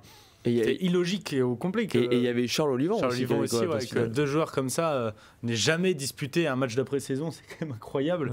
Ouais. Et il a découvert, ça s'est moyennement passé, mais peut-être qu'il pourrait en refaire ça. Ouais, cette année, vu comme c'est parti, en plus lui il est reparti comme en 40, il est reparti très très en forme. Mais non, mais tu te dis, ils vont être dans les 6, Toulon, tu les vois dans les 6, avec Serin. Après, on ne souhaite pas une blessure, mais en tout cas, s'ils ont Serin, les Toulonnais peuvent voir loin. Après, il y a du monde, Léo Barré, Winnie Antonio. Est-ce qu'on se concentre un peu sur le Stade français qui, Léo Barré, bon, on est le lendemain de Lyon-Stade français. Pas se mentir, c'était pas le meilleur match du Stade français. Ouais, c'était pas non plus le meilleur match de Léo Barré. On est surtout sur la saison 23-24. C'est pour ça qu'on nomme ces joueurs-là. C'est que Léo Barré, en 2023-2024, il a marqué les esprits. Pour le coup, le Stade français a marqué les esprits. On les attendait pas du tout au niveau auquel ils ont été. Et Léo Barré, pour le coup, on parle de Baptiste Serin, il y a un Toulon avec et sans. Il y a quand même un Stade français avec et sans Léo Barré qui a été le meneur de jeu de cette équipe. Qui n'a pas toujours été l'équipe qui a fait le plus rêver quand tu regardais, mais toujours dans le bon tempo, toujours à faire jouer avec lui. Moi, Léo Barré, il m'a vraiment impressionné sur la saison 23-24 et je trouve que c'est une récompense. C'est le premier joueur du Stade Français. Il y a eu Romain Briat. Il y a eu Romain Briat. Pareil, voilà, Romain Briat qui mérite aussi. On en a pas trop parlé tout à l'heure. Un style de besogneux, ouais. Complètement, mais tu vois, ça représente bien. Je trouve que c'est normal que le Stade Français soit représenté par ces deux personnes et peut-être d'autres d'ailleurs. Léo Barré qui est devenu international. Oui. Qui finit le tournoi à l'arrière. Qui marque contre l'Angleterre. Voilà, qui finit le tournoi à l'arrière, qui fait un bon match au Pays de Galles où l'équipe de France gagne. Enfin, il est titulaire aux deux matchs aux deux derniers matchs que remporte l'équipe de France. Et c'est pareil, ce sont des joueurs, on attend de voir un peu cette tournée de novembre avec tous les joueurs premium. Quel statut ils ont aujourd'hui. C'est des jeunes joueurs bourrés de talent, ça on le sait. Mais c'est des joueurs qui doivent changer de dimension sur la scène internationale. Et tu te dis que Léo Barré, il a tout pour enchaîner les sélections aussi. Ouais, et puis polyvalence à Thomas Ramos, c'est-à-dire qu'il peut jouer 10 et 15. Même 12. Il est formé 10, je crois, d'ailleurs. Et puis oui, comme tu l'as dit, il y a un Stade Français avec Léo Barré. C'était un peu le contre-exemple du Stade Français qui ne jouait pas l'année dernière. C'était un peu la caution jeu du Stade Français, en fait. Mais tu te disais, non, mais il y avait le Stade Français qui avait un plan de jeu très restrictif, mais qui marchait. À son mérite, qui marchait. Le Stade Français, c'est la meilleure équipe à l'extérieur. Top 14, ils vont gagner des matchs où ils maîtrisent de bout en bout les rencontres. Et tu avais ce Léo Barré qui savait jouer au pied parce qu'il a une bonne, il a beaucoup de puissance dans son pied droit. Et il savait jouer au pied et occuper quand il le fallait, mais il savait aussi animer et parfois prendre des initiatives qui fonctionnaient en fait. Donc tu te disais, il sait tout faire ce mec. Et du coup, il est là. Et aujourd'hui, c'est pareil, c'est un des mecs qui en top 14 est devenu une référence et est titulaire dans quasiment toutes les équipes top 14. Tu vois, il fait partie des joueurs qui en 23-24 sont déjà nommés alors qu'ils sont très jeunes. Et il va beaucoup apprendre, je pense. Il est quand même, on l'a dit, 10-15 polyvalent. Il va apprendre aux côtés de Mathieu Jalibert, de Romain Tamac, de Thomas Ramos, de Brice Dulin s'il revient en équipe de France. Tu vois, des joueurs qui à ce poste-là sont expérimentés et ont un talent incroyable.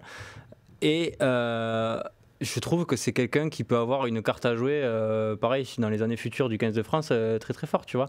Et ce qui me fait plaisir, c'est de voir qu'on a quand même, on le sait, mais on a un vivier incroyable. J'ai l'impression que tous les ans, le vivier du potentiel du 15 de France s'agrandit, et notamment sur la ligne arrière. Tu vois, il y avait Atis Ogbe, Biel Biarré, Léo Barré, Gaëton qui n'a pas été là, qui sera peut-être. J'en oublie, Le Garec, De Porter. C'est incroyable. C'est tout bonnement incroyable, et c'est ces genres de joueurs-là qui ont une grosse carte à jouer, et deux, comme tu disais tout à l'heure sur Baptiste Couillou, qui peuvent peut-être être frustrés dans un futur proche si ils n'ont pas trop de sélection, etc. Tu diras, on va voir son statut. Léo Barré, il mérite pas d'être titulaire. Il a le temps, mais tu vois, il va pouvoir apprendre aux côtés de joueurs exceptionnels, et il va pouvoir monter en puissance aussi, quoi. Oui, Léo Barré, début de saison compliqué, mais on lui souhaite de se remettre la tête à l'endroit, peut-être avec la tournée de novembre. Il reste du beau monde. Winnie Antonio au milieu, Thomas Ramos, Maxime Lucu. Vous voulez qui? Vous voulez le champion de France, Thomas Ramos, Thomas Ramos, Antonio, double champion d'Europe. Qui a quand même battu l'année dernière le record de points marqués en équipe de France en devenant le meilleur réalisateur. Donc c'était face à l'Angleterre, si je dis pas de bêtises. C'est un disant sur le banc, puisqu'il n'a pas toujours été titulaire quand même en équipe de France tout au long de sa carrière. Il y avait des débats à une époque, je me rappelle. Buteur hors pair qu'on présente plus, mais qui est aussi un mec qui relance. Il s'est tapé au pied, faire de l'alternance, mais relancer, je veux dire, depuis son embut, là, il fait ses fameuses chisteras, ses passes entre les jambes. Les passes au pied aussi. Complètement fou. Qui pue le rugby, il a un ADN, et puis surtout Thomas Ramos, qui me marque, c'est son caractère. Et puis il a un caractère. C'est un champion. Et puis il a passé 6 mois en 10 où il est aussi fort qu'à l'arrière. Être polyvalent, c'est bien, mais être aussi fort en 10 et en 15, c'est pas donné à tout le monde. Tu te demandes s'il n'est pas meilleur en 10 parfois. Il est tellement influent. Et au Stade Toulousain, il y en a des mecs qui peuvent être influents. Et tu te dis, mais Thomas Ramos, quel patron, parce que tu vois, début de saison, Toulouse fait tourner. Lui, il est titulaire à Montpellier, avec une équipe remaniée, avec quelques jeunes, quelques mecs qui jouent peu. Et puis, c'est le patron. C'est le meilleur et c'est le patron. C'est le patron, en fait. Il porte ce Stade Toulousain.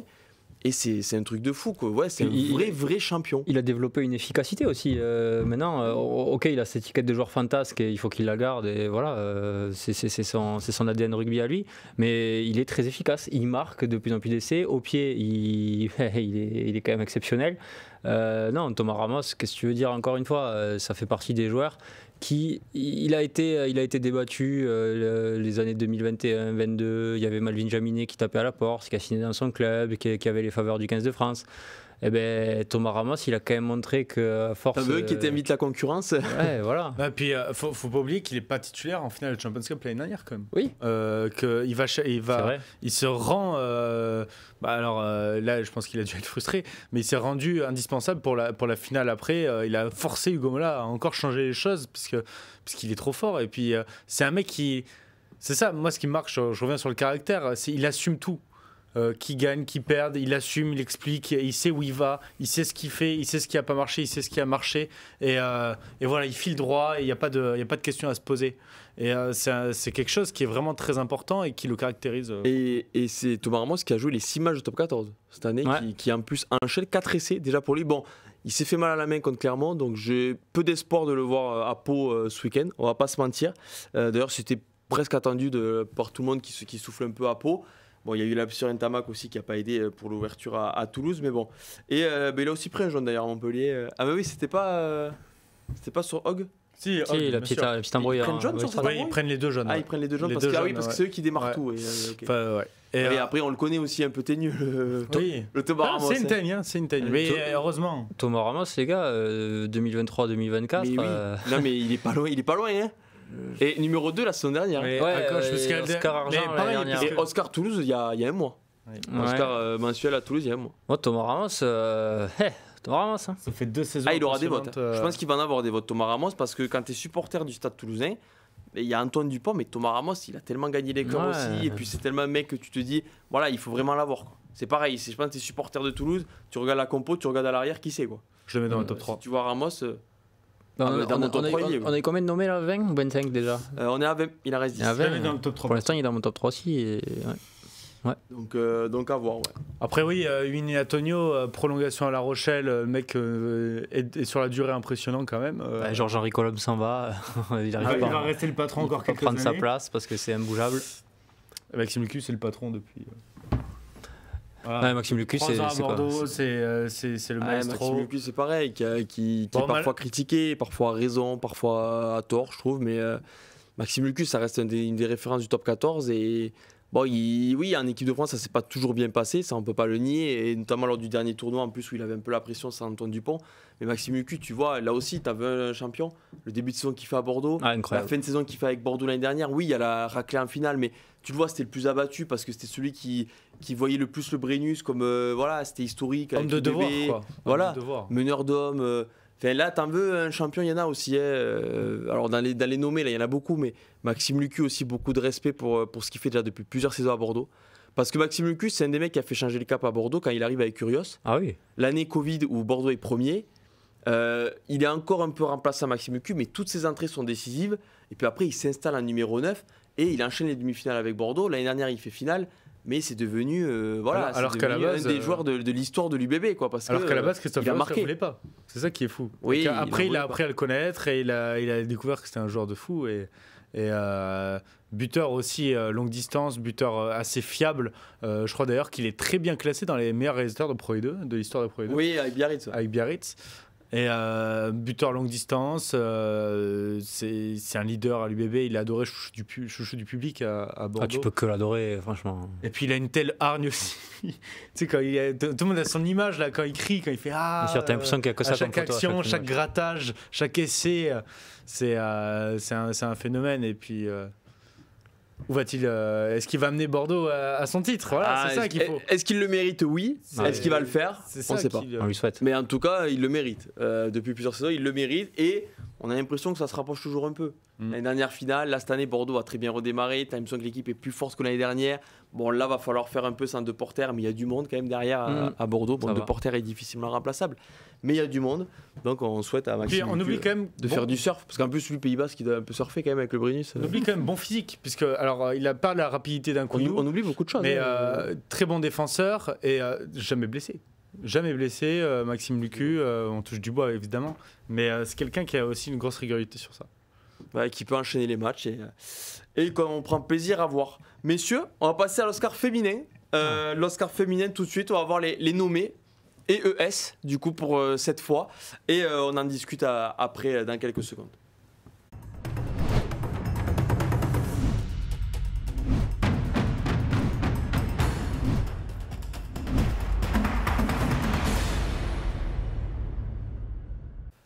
Voilà les 5 joueuses en course pour remporter l'Oscar féminin.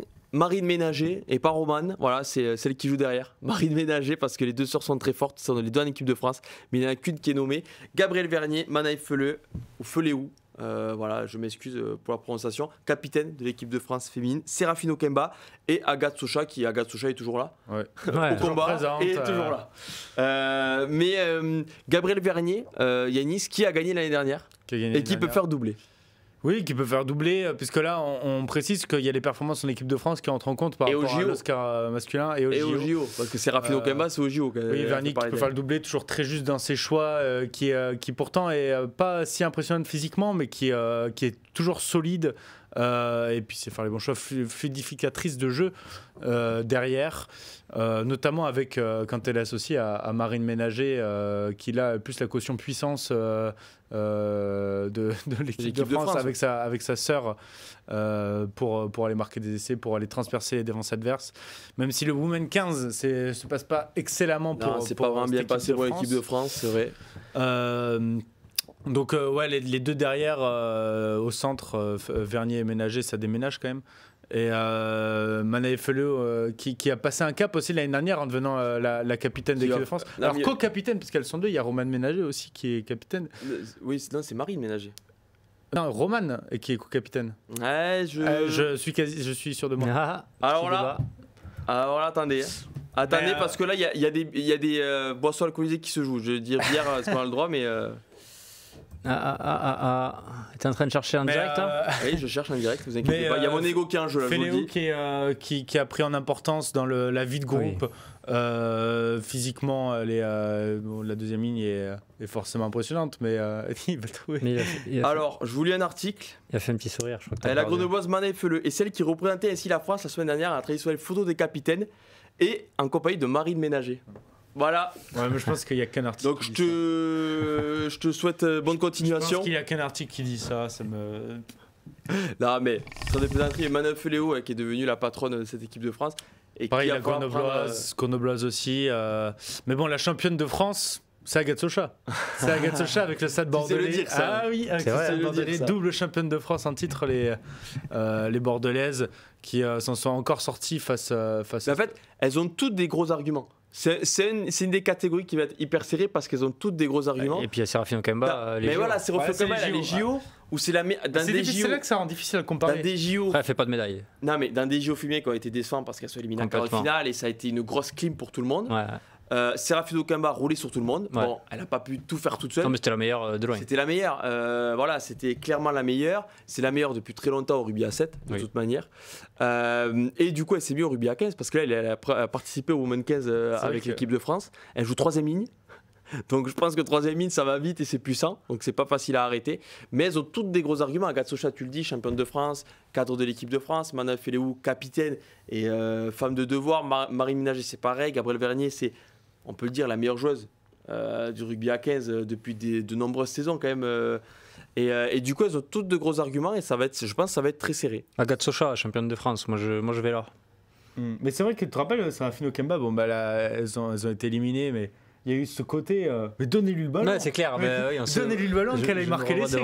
C'est vrai qu'elle traversait le terrain. Quoi. Tu te demandais, tu avais envie de la pousser pour qu'elle puisse jouer les 14 minutes. Quoi. Ah ouais, c'est clair. L'intégralité. Elle était impressionnante. Mais bon, le fait que. Je rejoins Max, le fait qu'elle n'ait pas gagné de médaille, ça l'handicap. Et puis les résultats, malheureusement, de l'équipe de France féminine me font aussi plus aller vers celle qui a gagné un trophée. 23-24. Mais après, moi j'adore Gabrielle Vernier. J'adore la joueuse qu'elle est. Elle avait gagné l'année dernière. Elle est aussi concurrente sérieuse pour moi à un doublé parce qu'elle est très très souvent irréprochable quand même avec le 15 de France. Oui. Et donc, moi j'hésite entre Socha et Vernier, mais ouais, je te rejoins Yanis sur le. C'est toi qui choisis. Malheureusement, c'est pas moi qui choisis, j'ai pas de poids. C'est du choix lui à tout. chaque fois qu'on sort une Mais catégorie. moi j'aime bien les petits pronos, comme ça je peux ressortir en disant vous voyez, je l'avais dit. Ce qui est bien, c'est Et qu'il bien à la Coupe du Monde, tu l'avais toi? Non, Ce pas qui du est tout. bien, c'est que pour élire les nommés, ils nous demandent pas notre avis, Ah non. mais nous on le donne quand même. Bah sûr. Bah, c'est le but, On c'est fait le passer but, nos c'est le messages but de comme un l'émission. peu. C'est le but de l'émission. Et d'ailleurs, autre genre sur lesquels vous allez pouvoir discuter, c'est les 5 qui arrivent. C'est du 21 au 25. Alors, on arrive au but, hein, attention. Du 21 au 25 pour l'Oscar Or 2024. On voit ça tout de suite.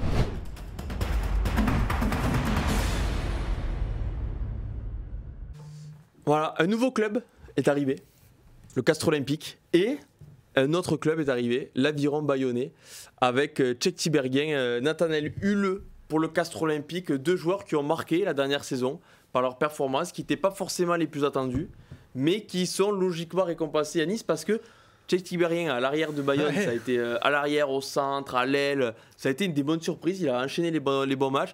Et Nathanaël Huleux, 9 essais avec le CO pour sa première saison à Castres, parce qu'on le rappelle, il avait meilleur marqueur de Pro D2 il y a 2 ans avec Vannes. Il passe le pas, voilà, il passe le cap pour aller en top 14, retrouver le top 14 avec le CO, et ils sont logiquement là parce qu'ils ont fait 2 énormes saisons. Ouais, ces 2 joueurs ont un point commun, c'est qu'ils ont rejoint un club et ils ont changé de dimension. Nathanaël Huleux, qui était déjà très fort par le passé, notamment à Grenoble, on savait qu'il avait des qualités, est devenu le serial marqueur de Castres, en étant toujours bien placé, profitant de sa vitesse, beaucoup d'explosivité en fait chez ce garçon. Et Tiberghien qui s'est installé à l'arrière à Bayonne, pareil, profil un peu complet, un peu foufou gros jeu parfois, au pied, capable de retourner des types. C'est lui qui a plaqué Bentami Funda, il a mis une énorme cartouche à Bentami Funda, on était tous un peu surpris. Bon, ça, rien de fou. Hein. Ouais, oui, tu lui mets toi la cartouche. Écoute, moi j'ai jamais eu la chance d'essayer. Non, mais il est très physique et voilà, c'est vraiment le complet quoi. C'est l'arrière complet de Tchèque Tiberghien, mérité de le voir là, et puis ça montre que au final un changement de club ça peut ne pas faire de mal. Tu passes le message à qui là? Je sais pas. À nous? Tous les Faut qu'on joueurs. change de boîte, Vous qui êtes joueur en top 14 et qui avez du mal avec votre club, changez d'équipe et vous allez voir, tout ira mieux. Regardez Tchèque Tiberghien et Nathanaël Huleux. C'est beau. Bon, ça allait bien avant, quand même, t'es méchant avec Huleux, mais bon. Il y a aussi Mathieu Jalibert dans ces 5. Mathieu Jalibert, qui est un joueur dont on parle beaucoup. C'est le joueur préféré de Max, alors je lui laisse parler. C'est le joueur préféré de beaucoup de monde. Ouais, non, mais C'est le joueur préféré de beaucoup de monde, Mathieu Jalibert, parce que dans le fameux débat, en général, je mets Mathieu Jalibert. Hein. il y a eu cette petite frustration du dernier tournoi où les matchs n'étaient pas forcément bien aboutis de la part de Mathieu Jalibert. Il se blesse contre l'Italie dans un match où l'équipe de France fait match nul, mais il se blesse en fin de saison dernière aussi. Il revient en finale, mais bon, on n'a même pas envie d'en parler de la finale. Parce qu'il ne pouvait quasiment pas courir. C'est un mec qui n'a pas de chance. Là, il n'a pas de chance, mais il a aussi, quand il a l'opportunité de prouver, il prouve. Et ce début de saison en top 14, il n'y a pas grand monde qui lui arrive à la cheville à l'ouverture. Du côté Mathieu Jalibert. Pas grand monde, voire non personne en fait. Hein. C'est le meilleur joueur du top 14 en ce début de saison. C'est moins pris en compte. Après, les gens votent maintenant. À la base, on se base sur 23-24, la saison 2023-2024. Mais quand tu vois les matchs que Mathieu Jalibert fait tous les week-ends en ce moment, moi j'ai envie peut-être de mettre un petit bulletin dans l'urne aussi pour le mettre dans mon top 3. Mais en effet, il manque en fait à Mathieu Jalibert l'opportunité, des fois c'est l'opportunité qui lui manque de pouvoir s'exprimer parce qu'il il a quelques fragilités, des fois il est blessé, il ne peut pas s'exprimer pleinement. Et il lui manque tout simplement de montrer dans des très grands matchs que c'est un très grand joueur. Pour l'instant, c'est un très très grand joueur, mais c'est un joueur que j'adore vraiment. Il a des qualités, ça n'a rien à en parler. Il a des qualités offensives exceptionnelles. Il va tout avant tout le monde. Il va à 10 000. Voilà, c'est l'ouvreur de classe mondiale par excellence.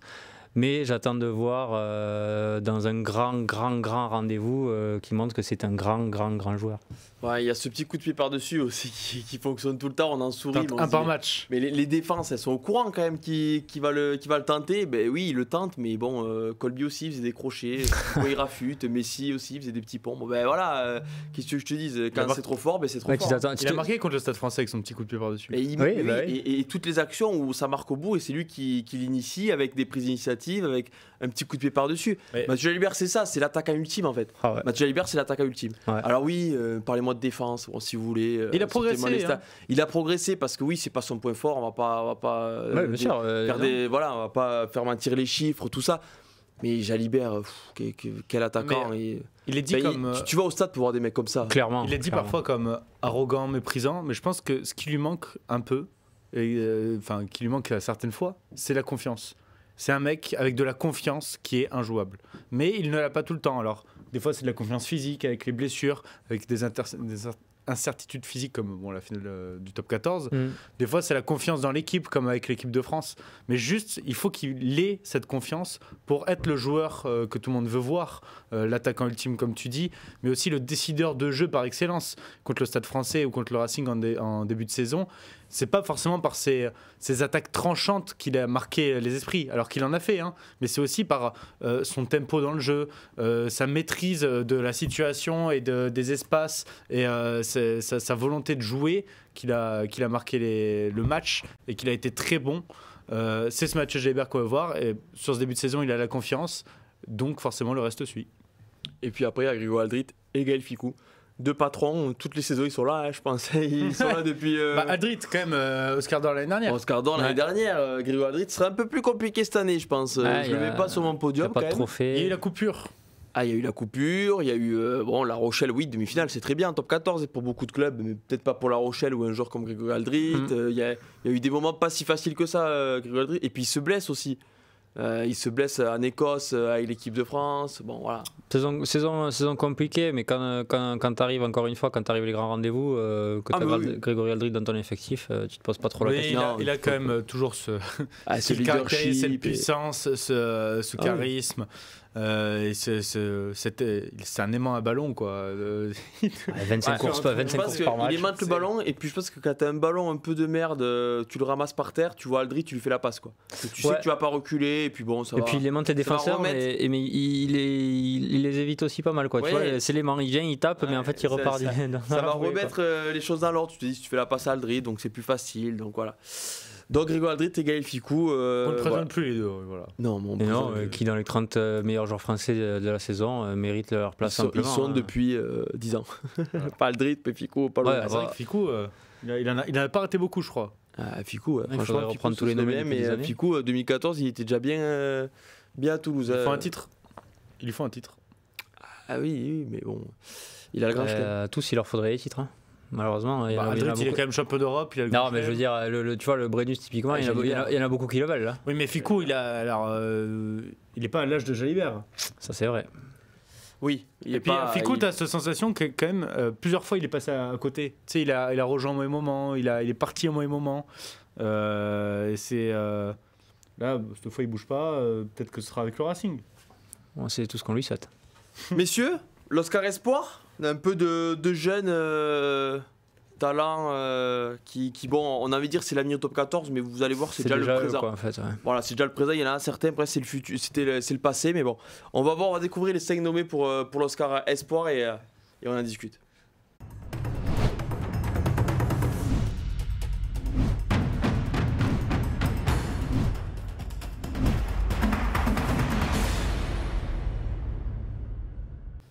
Voilà, il y a du talent, il y en a qui sont déjà sortis, Nicolas Deporter, Postolo Tulagi, Théo Sogbe sont déjà sortis pour l'Oscar Or. Double nomination pour ces trois-là. Mais oui, on oublie peut-être que ce soit encore des espoirs. Quand on voit cette liste, on l'oublie. C'est sûr que quand je croise Tulagi dans la rue, je me dis pas le mec a 19 ans, quoi. je me dis pas ça. Non, mais ce sont des joueurs qui sont déjà imposés et ça nous permet de parler, parce qu'on n'en a pas parlé quand il a été nommé pour l'Oscar Or, mais Nicolas Deporter, un peu le joueur qu'il est devenu en quelques mois, ce titulaire indiscutable à Bordeaux, ce titulaire Pas loin en aussi équipe de France. en fin de tournoi dernier en équipe de France avec l'absence de Jonathan Dancy. Nicolas Deporter, oui, on voit ce qu'il est devenu quand on fait la grimace dès qu'il reste au sol, quoi. Tu te dis, c'est vraiment un vrai coup dur pour l'UBB et pour l'équipe de France. Donc ça prouve en fait l'importance qu'il a pris dans l'esprit des observateurs, mais aussi, je suppose, dans le staff de l'UBB, bien évidemment, et de l'équipe de France. Physique, vitesse, technique, Vision intelligence de jeu. Nicolas Deporter. C'est beau. Le mec est fort partout, quoi. Aussi bien en attaque où il sait alterner à chaque fois. Il peut traverser le terrain comme il l'a fait contre l'année dernière. Il peut passer, il peut être en leurre, il peut aller péter dans les défenses. Défensivement, technique de plaquage parfaite. Il sait museler Tuisova, il sait aussi museler Clovis Lebaille, qui sont deux physiques différents. C'est juste pour moi un défenseur ultime déjà. Franchement, je le dis, j'ai rarement vu quelqu'un avec une technique de plaquage comme ça. Et les techniques scolaires, mais qui fonctionnent tout le temps, comme Paul Coste en fait. Il fait tomber. Voilà, Paul Coste aussi. C'est vrai que Paul Coste c'était pareil. Et les deux d'ailleurs étaient. Tu fais bien de les comparer parce que les deux on les comparait quand ils étaient ensemble avec le 15 de France U20. Les deux font tomber aux chevilles, ils tombent. Et je sais pas si on se rend compte, mais il y a eu une équipe de France moins de 20 ans qui avait la paire de centre Coste Deporter. Et qui avait Sogbé sur l'aile. Non, qui avait Sogbé sur l'aile, Baptiste Jaunois à 9 et Posso Tulaga en deuxième ligne. Et les mecs ont été champions du monde. En même temps, on va pas tous les citer, mais les Leninouchi, les Oscar Gégou et Marco Gazzotti aussi en troisième ligne, c'était pas si mal, quoi. Et ce qui est frappant avec les 5 joueurs qu'il y a là, quand je les regarde, comme tu disais tout à l'heure en introduction, parce que tu spoil, parce que tu connais les noms, c'est des mecs, on dirait qu'ils sont là depuis des années et des années et des années. Nicolas Deporter, c'était exceptionnel le document qu'avaient sorti nos confrères de Canal avec le micro sur lui. Ah oui. Où c'est en fait c'est le patron, quoi. Derrière, c'est le patron. Il est déjà capitaine de l'UBB. Enfin, il a déjà été capitaine de l'UBB. Et tu vois, il parle et il a un discours très positif, très posé, très serein. Il est toujours en train d'haranguer ses coéquipiers. Donc ça, c'est exceptionnel. Baptiste Jauneau, après c'est le poste de demi-mêlée qui veut ça aussi. Il était capitaine de Clermont. T'as l'impression qu'il a de la bouteille et qu'il est là depuis 10 ans. Petit filou qui sait manier son pack d'avant, etc. Le poste veut un peu ça. Pozzolo Tuilagi, lui c'est le physique qui veut ça. T'as l'impression que c'est un daron de 35 ans qui vient et qui retourne tout le monde. Tu vois, Paul Coste, c'est pareil. Paul Coste, ça a été un ovni. C'est lui pour moi le plus gros ovni de tous ceux qui sont là. C'est que lui il est venu, il s'est imposé dans l'équipe du Stade Toulousain. Oui, où il y a du monde. Où il y a quand même plus de concurrence que pour les 4 autres nommés. Et il n'a pas souvent été ridicule, quoi. Loin de là. Donc, tu vois, ce qui est impressionnant, c'est qu'en fait, on se dit pas, c'est des joueurs qui ont fait 23-24 avec la fougue de la jeunesse, qui ont fait une saison exceptionnelle et qu'on va peut-être avoir du mal à revoir à ce niveau-là. Mais c'est des joueurs qui, là, sont déjà quasiment tous des cadres indiscutables de leur équipe. Paul Coste un peu moins, mais qui sont installés déjà dans des clubs exceptionnels. Oui, et tu te dis, on va manger pendant 10 ans, avec le sourire aux lèvres, parce que quand tu les vois jouer tous dans leur registre, Tulagi ne fait pas les mêmes choses que Deporter, forcément, mais... Paul Coste, Mr. Offload. Coste et Deporter, ça va bien ensemble quand même quand tu penses. Oui, tu veux quoi? Tu vas appeler le président de Toulouse au président de Bordeaux? Au président de notre club, avec les deux. N'importe, moi je regarde la télé de toute façon. Il faut juste appeler Fabien Galtier. Hein. Ah, oui, Fabien Galtier, c'est vrai. Il y a du monde en centre. Messieurs, on va passer aux 5 derniers. Qui avait gagné l'année dernière? Louis Bielbiarré. Ah oui, exact. Et il y avait un gros duel Gaëton-Bielbiarré. Exact. Ouais, et là c'est dur. Il y avait un gros, et peut-être le doublé pour les jeunes de l'UBB, peut-être le doublé pour les jeunes, non pas les doublés, peut-être la vengeance pour les jeunes palois et Cathy Sogbé.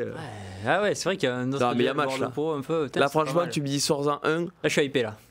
Personnellement c'est 2 porteurs ou Cathy Sogbé, mais ça fait plaisir de voir les jeunes Français comme ça. Paul Coste il démarre des finales. Ces jeunes Français sont jeunes talents mondiaux. Ils souffrent. Ouais, bon, il est quand même titulaire. Mais il démarre, mais en plus, Pitaki se pète à la 15e. Et finale top 14, il démarre pas? Chocobaré Saki. Ouais.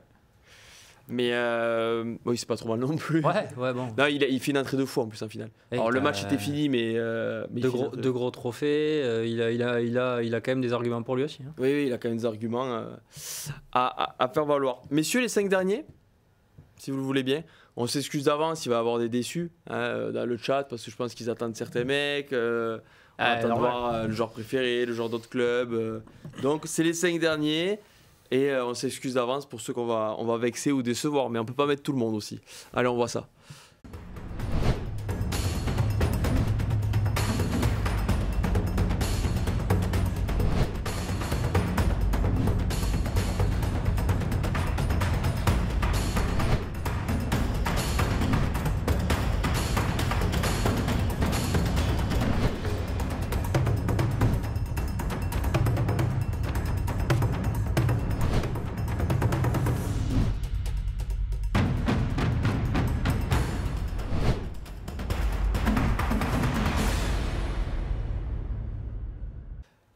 Voilà, pour ceux qui sont là depuis le début, vous avez désormais les 30 nommés, vous avez tous les nommés en fait, parce qu'on a fait aussi les autres catégories, vous avez tous les nommés pour les Oscars Middle 2024, et comme pour toutes les autres animations, il y a du beau monde. Premier Clermontois, je crois. Oui, premier Clermontois et dernier du coup. Baptiste Jonot, Olivon, voilà, pour Toulon, deuxième Bayonnais, Camille Lopez, bon, sixième Toulousain il me semble, qu'il y a 6 Toulousains, François Cross, et Nolan Le Garec, troisième Racing Man. On va commencer par Nolan Le Garec. François Cross on a déjà parlé, mais Nolan Le Garec, Antoine Gibert, on disait tout le talent et tout le bien qu'on passait à Antoine Gibert, mais il y a un duo avec Nolan Le Garec qui jouera à La Rochelle la saison prochaine. Mais Nolan Le Garec est devenu presque... C'est le meilleur joueur du Racing. Voilà, c'est le meilleur joueur du Racing. C'est le meilleur joueur, c'est le patron. C'est encore une fois, on va se répéter, c'est pas vrai pour tous les nommés, mais c'est vrai pour certains. Il y a un Racing sans et un Racing avec Nolan Le Garec. Quand il s'est blessé, je pense que tous les gens qui ont de l'affection pour le Racing, tous les gens qui aiment le rugby, savaient qu'il y aurait un Racing complètement différent, en difficulté. Nolan Le Garec, il est exceptionnel, il a une palette incroyable en termes de vision du jeu. Moi, c'est vraiment le joueur que j'adore, encore une fois. Le joueur frisson, j'ai l'impression qu'on l'a dit sur... Et ça qui me fait plaisir dans cette cuvée, c'est qu'il y a beaucoup de joueurs frissons. Mais tu vois, lui, il a un sang-froid aussi, il va faire jouer... Voilà, il est feu follet, mais tout en sachant qu'il a quand même des gens autour de lui. Tu vois, Gaël Ficou, Tuisova, des joueurs qui pourraient faire la diff, mais c'est lui. J'ai l'impression que c'est lui le patron de cette équipe-là, tu vois. Et il a franchi un cap dans ça. Il a eu ses premières caps en équipe de France où il a quand même été à la hauteur. Aujourd'hui, on va pas se mentir, c'est le numéro 2 dans l'équipe de France. Je pense. Je pense qu'il a gagné sa place juste par son match au Pays de Galles et contre l'Angleterre. Il marque contre l'Angleterre, il fait un match très très bon match. Et là, tu parlais de Chistera et Baptiste Serin, mais la Chistera de Le Garec, elle est restée dans l'esprit de beaucoup de monde. Le Pays de Galles. Voilà, contre le Pays de Galles. Non, mais Le Garec, et puis par son style de jeu. Alors, bien sûr. Voilà, on aimerait le voir titulaire, mais bon, il y a un monstre devant.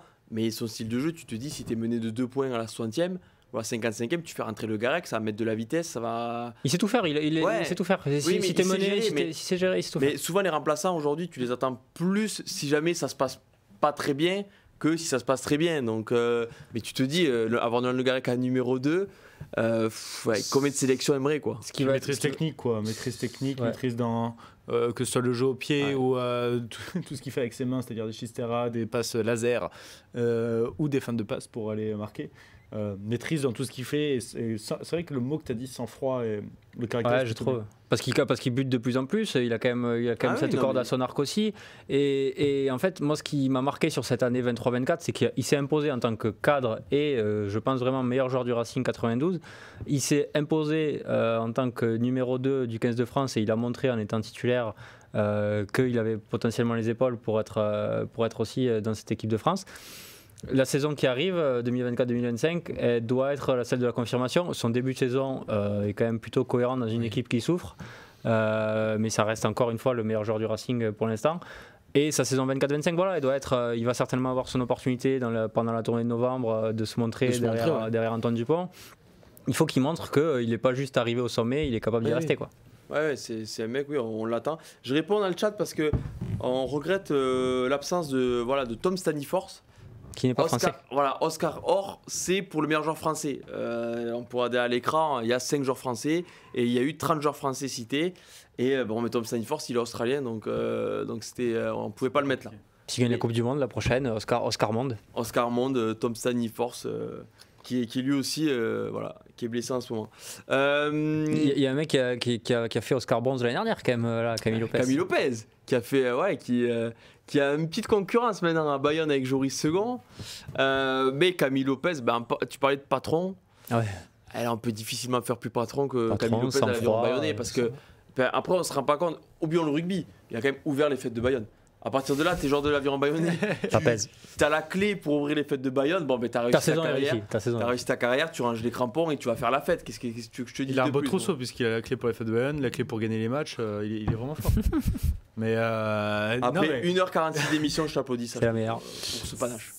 C'est aussi quelqu'un qui a fait gagner beaucoup de matchs à Bayonne l'année dernière avec ses drops, avec ses pénalités, sa patte gauche magique. Même si moi j'ai aussi l'image en tête du toucher sur Nakarawa, mais ça va le faire rire sûrement s'il nous écoute. Bah, il a joué l'interception, on peut pas rien vouloir. Mais il fait gagner des matchs, c'est un décideur de jeu, leader de l'aviron. Et j'ai pas l'impression, tu vois, en début de saison, là, second fait des matchs à domicile titulaire, et lui il rentre, il marque, il est quand même décisif. Et j'ai pas l'impression qu'il est dans cette concurrence malsaine. Ouais, Et lui, son but, c'est vraiment d'accompagner, élever l'aviron jusqu'à sa fin de carrière, parce que maintenant, Lopez est plus proche de la fin que du début, et continue d'être un joueur d'exception. Il aurait fait passer un cap l'année dernière à l'aviron. Il les a maintenus déjà parce que l'année où il remonte, il signe à Bayonne. Et tu te dis, quand tu vois le top 14 aujourd'hui, qui est presque, tu as l'impression un top 13 depuis quelques années, où l'année dernière, Oyonnax, là, cette année, Van est déjà à la 14e place. Bon, c'est pas fini, hein, bien sûr, mais. Et ils ont cru au top 6 quand même. Il leur a fait gagner des matchs. Bah oui, la pénalité à la 78e de Camille Lopez, on l'a vu combien de fois avec le stade qui explose, Jean Daugé, le drop contre Montpellier, contre le stade français. Le Racing. C'était complètement fou. Il a amené Bayonne en Champions Cup. Des mecs qui font match nul au Munster. Enfin, un truc en 2 ans, t'es supporter bayonnais, t'as vécu des choses. Et au milieu, t'as un mec, et c'était Camille Lopez. Quoi. Il a rendu sa fierté à la section. À la section, à l'aviron, pardon. L'homme de Moléon. Ouais. L'homme de Moléon, donc les fêtes de Moléon, les fêtes de Bayonne, il a de quoi s'amuser, Camille Lopez, en plus de par ce que je dis, mais c'est vrai que le voir là, c'est normal, quoi. Oui. C'est le talent qu'il a. Quel patron. Et quand tu regardes en arrière sur sa carrière, c'est vraiment c'est une belle carrière quand même.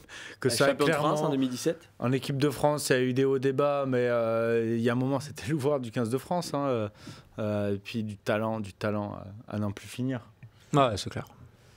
On finit sur ça. C'est une belle phrase quand même. Du talent à n'en plus finir pour les Oscar Middle. Le trophée est là. Alors je sais pas si je peux le porter ou pas. Non, ça porte malheur. Hein. Non, c'est que les gens qui arrivent. Voilà. Le trophée est là. Ashraf, si tu peux faire. Voilà. Après, tu l'as été, toi, Oscar Middle. Je l'ai été, mais bon, là, à l'infirmerie, c'est un peu compliqué. Mais vous le saurez bientôt. Oui, il fait par Jean-Pierre, ils vont me le rappeler à l'oreillette, mais Emmanuel Massicard l'a rappelé. Et voilà, le trophée en or. Je les casques d'or. C'est quoi la suite là? C'est 4 novembre qu'on sait. 4 novembre que vous aurez toutes les réponses. Et c'est à partir de 22h ce soir, là, il faut voter. Hein. 22h. Il faut voter sur Rugbyrama pour votre joueur préféré ou pour le joueur qui vous a fait le plus vibrer. C'est possiblement pas votre joueur préféré qui vous a fait le plus vibrer la saison dernière. Mais bon, là, il faut voter. Et je le rappelle, ne soyez pas surpris, vous ne pouvez voter que pour l'Oscar Or. Toutes les autres catégories qu'on a vues dans cette émission, c'est la rédaction du Midi Olympique qui décide du vainqueur. Et on peut voter qu'une fois. Ah bah oui. Moi, je vais me faire plusieurs adresses mail. Oui, tu peux pas payer un russe pour qu'il te... des bots russes pour qu'il te... Tu sais, il te... Toi, de suite dans la tricherie. De suite dans la malhonnêteté. Mais c'est fou ça quand même. Qu'ils aillent dans le proxy pour aller... Bon messieurs, parce que là Tristan, vous vous rendez pas compte, ça fait 1h45 qu'il a la tête baissée. Ce qui est drôle, c'est qu'on voit que le haut de son crâne. Parce qu'il est comme ça depuis il peut pas le lever. Et en fait, s'il le lève, il est en retard. Je pense qu'il était bordé, le pauvre. Mais beaucoup de boulot abattu. Et il y a aussi sur les réseaux sociaux de Rugbyrama tous les visuels avec les joueurs. Si vous voulez partager pour inciter vos potes et les supporters de votre équipe ou de votre joueur à voter, pas de problème. Si Julien c'est notre François Cross, du coup Tristan serait quoi, notre Jack Willis? Jack Willis, voilà, des hommes de l'ombre. Il a un peu le caractère. En fait, dès qu'il est pas là, on souffre dans le combat. Des hommes de l'ombre, on se sort dans le combat dès qu'il est pas là. Il a besoin d'un mec là qui aille dans les rucks, qui met des coups d'épaule. Oui, Rugbyrama, c'est Tristan. Voilà. Le 4 novembre, la planète saura qui est le meilleur joueur français la saison dernière. Bon. Voilà, messieurs. Eh bien, merci. Superbe. Quelque chose de plus à ajouter?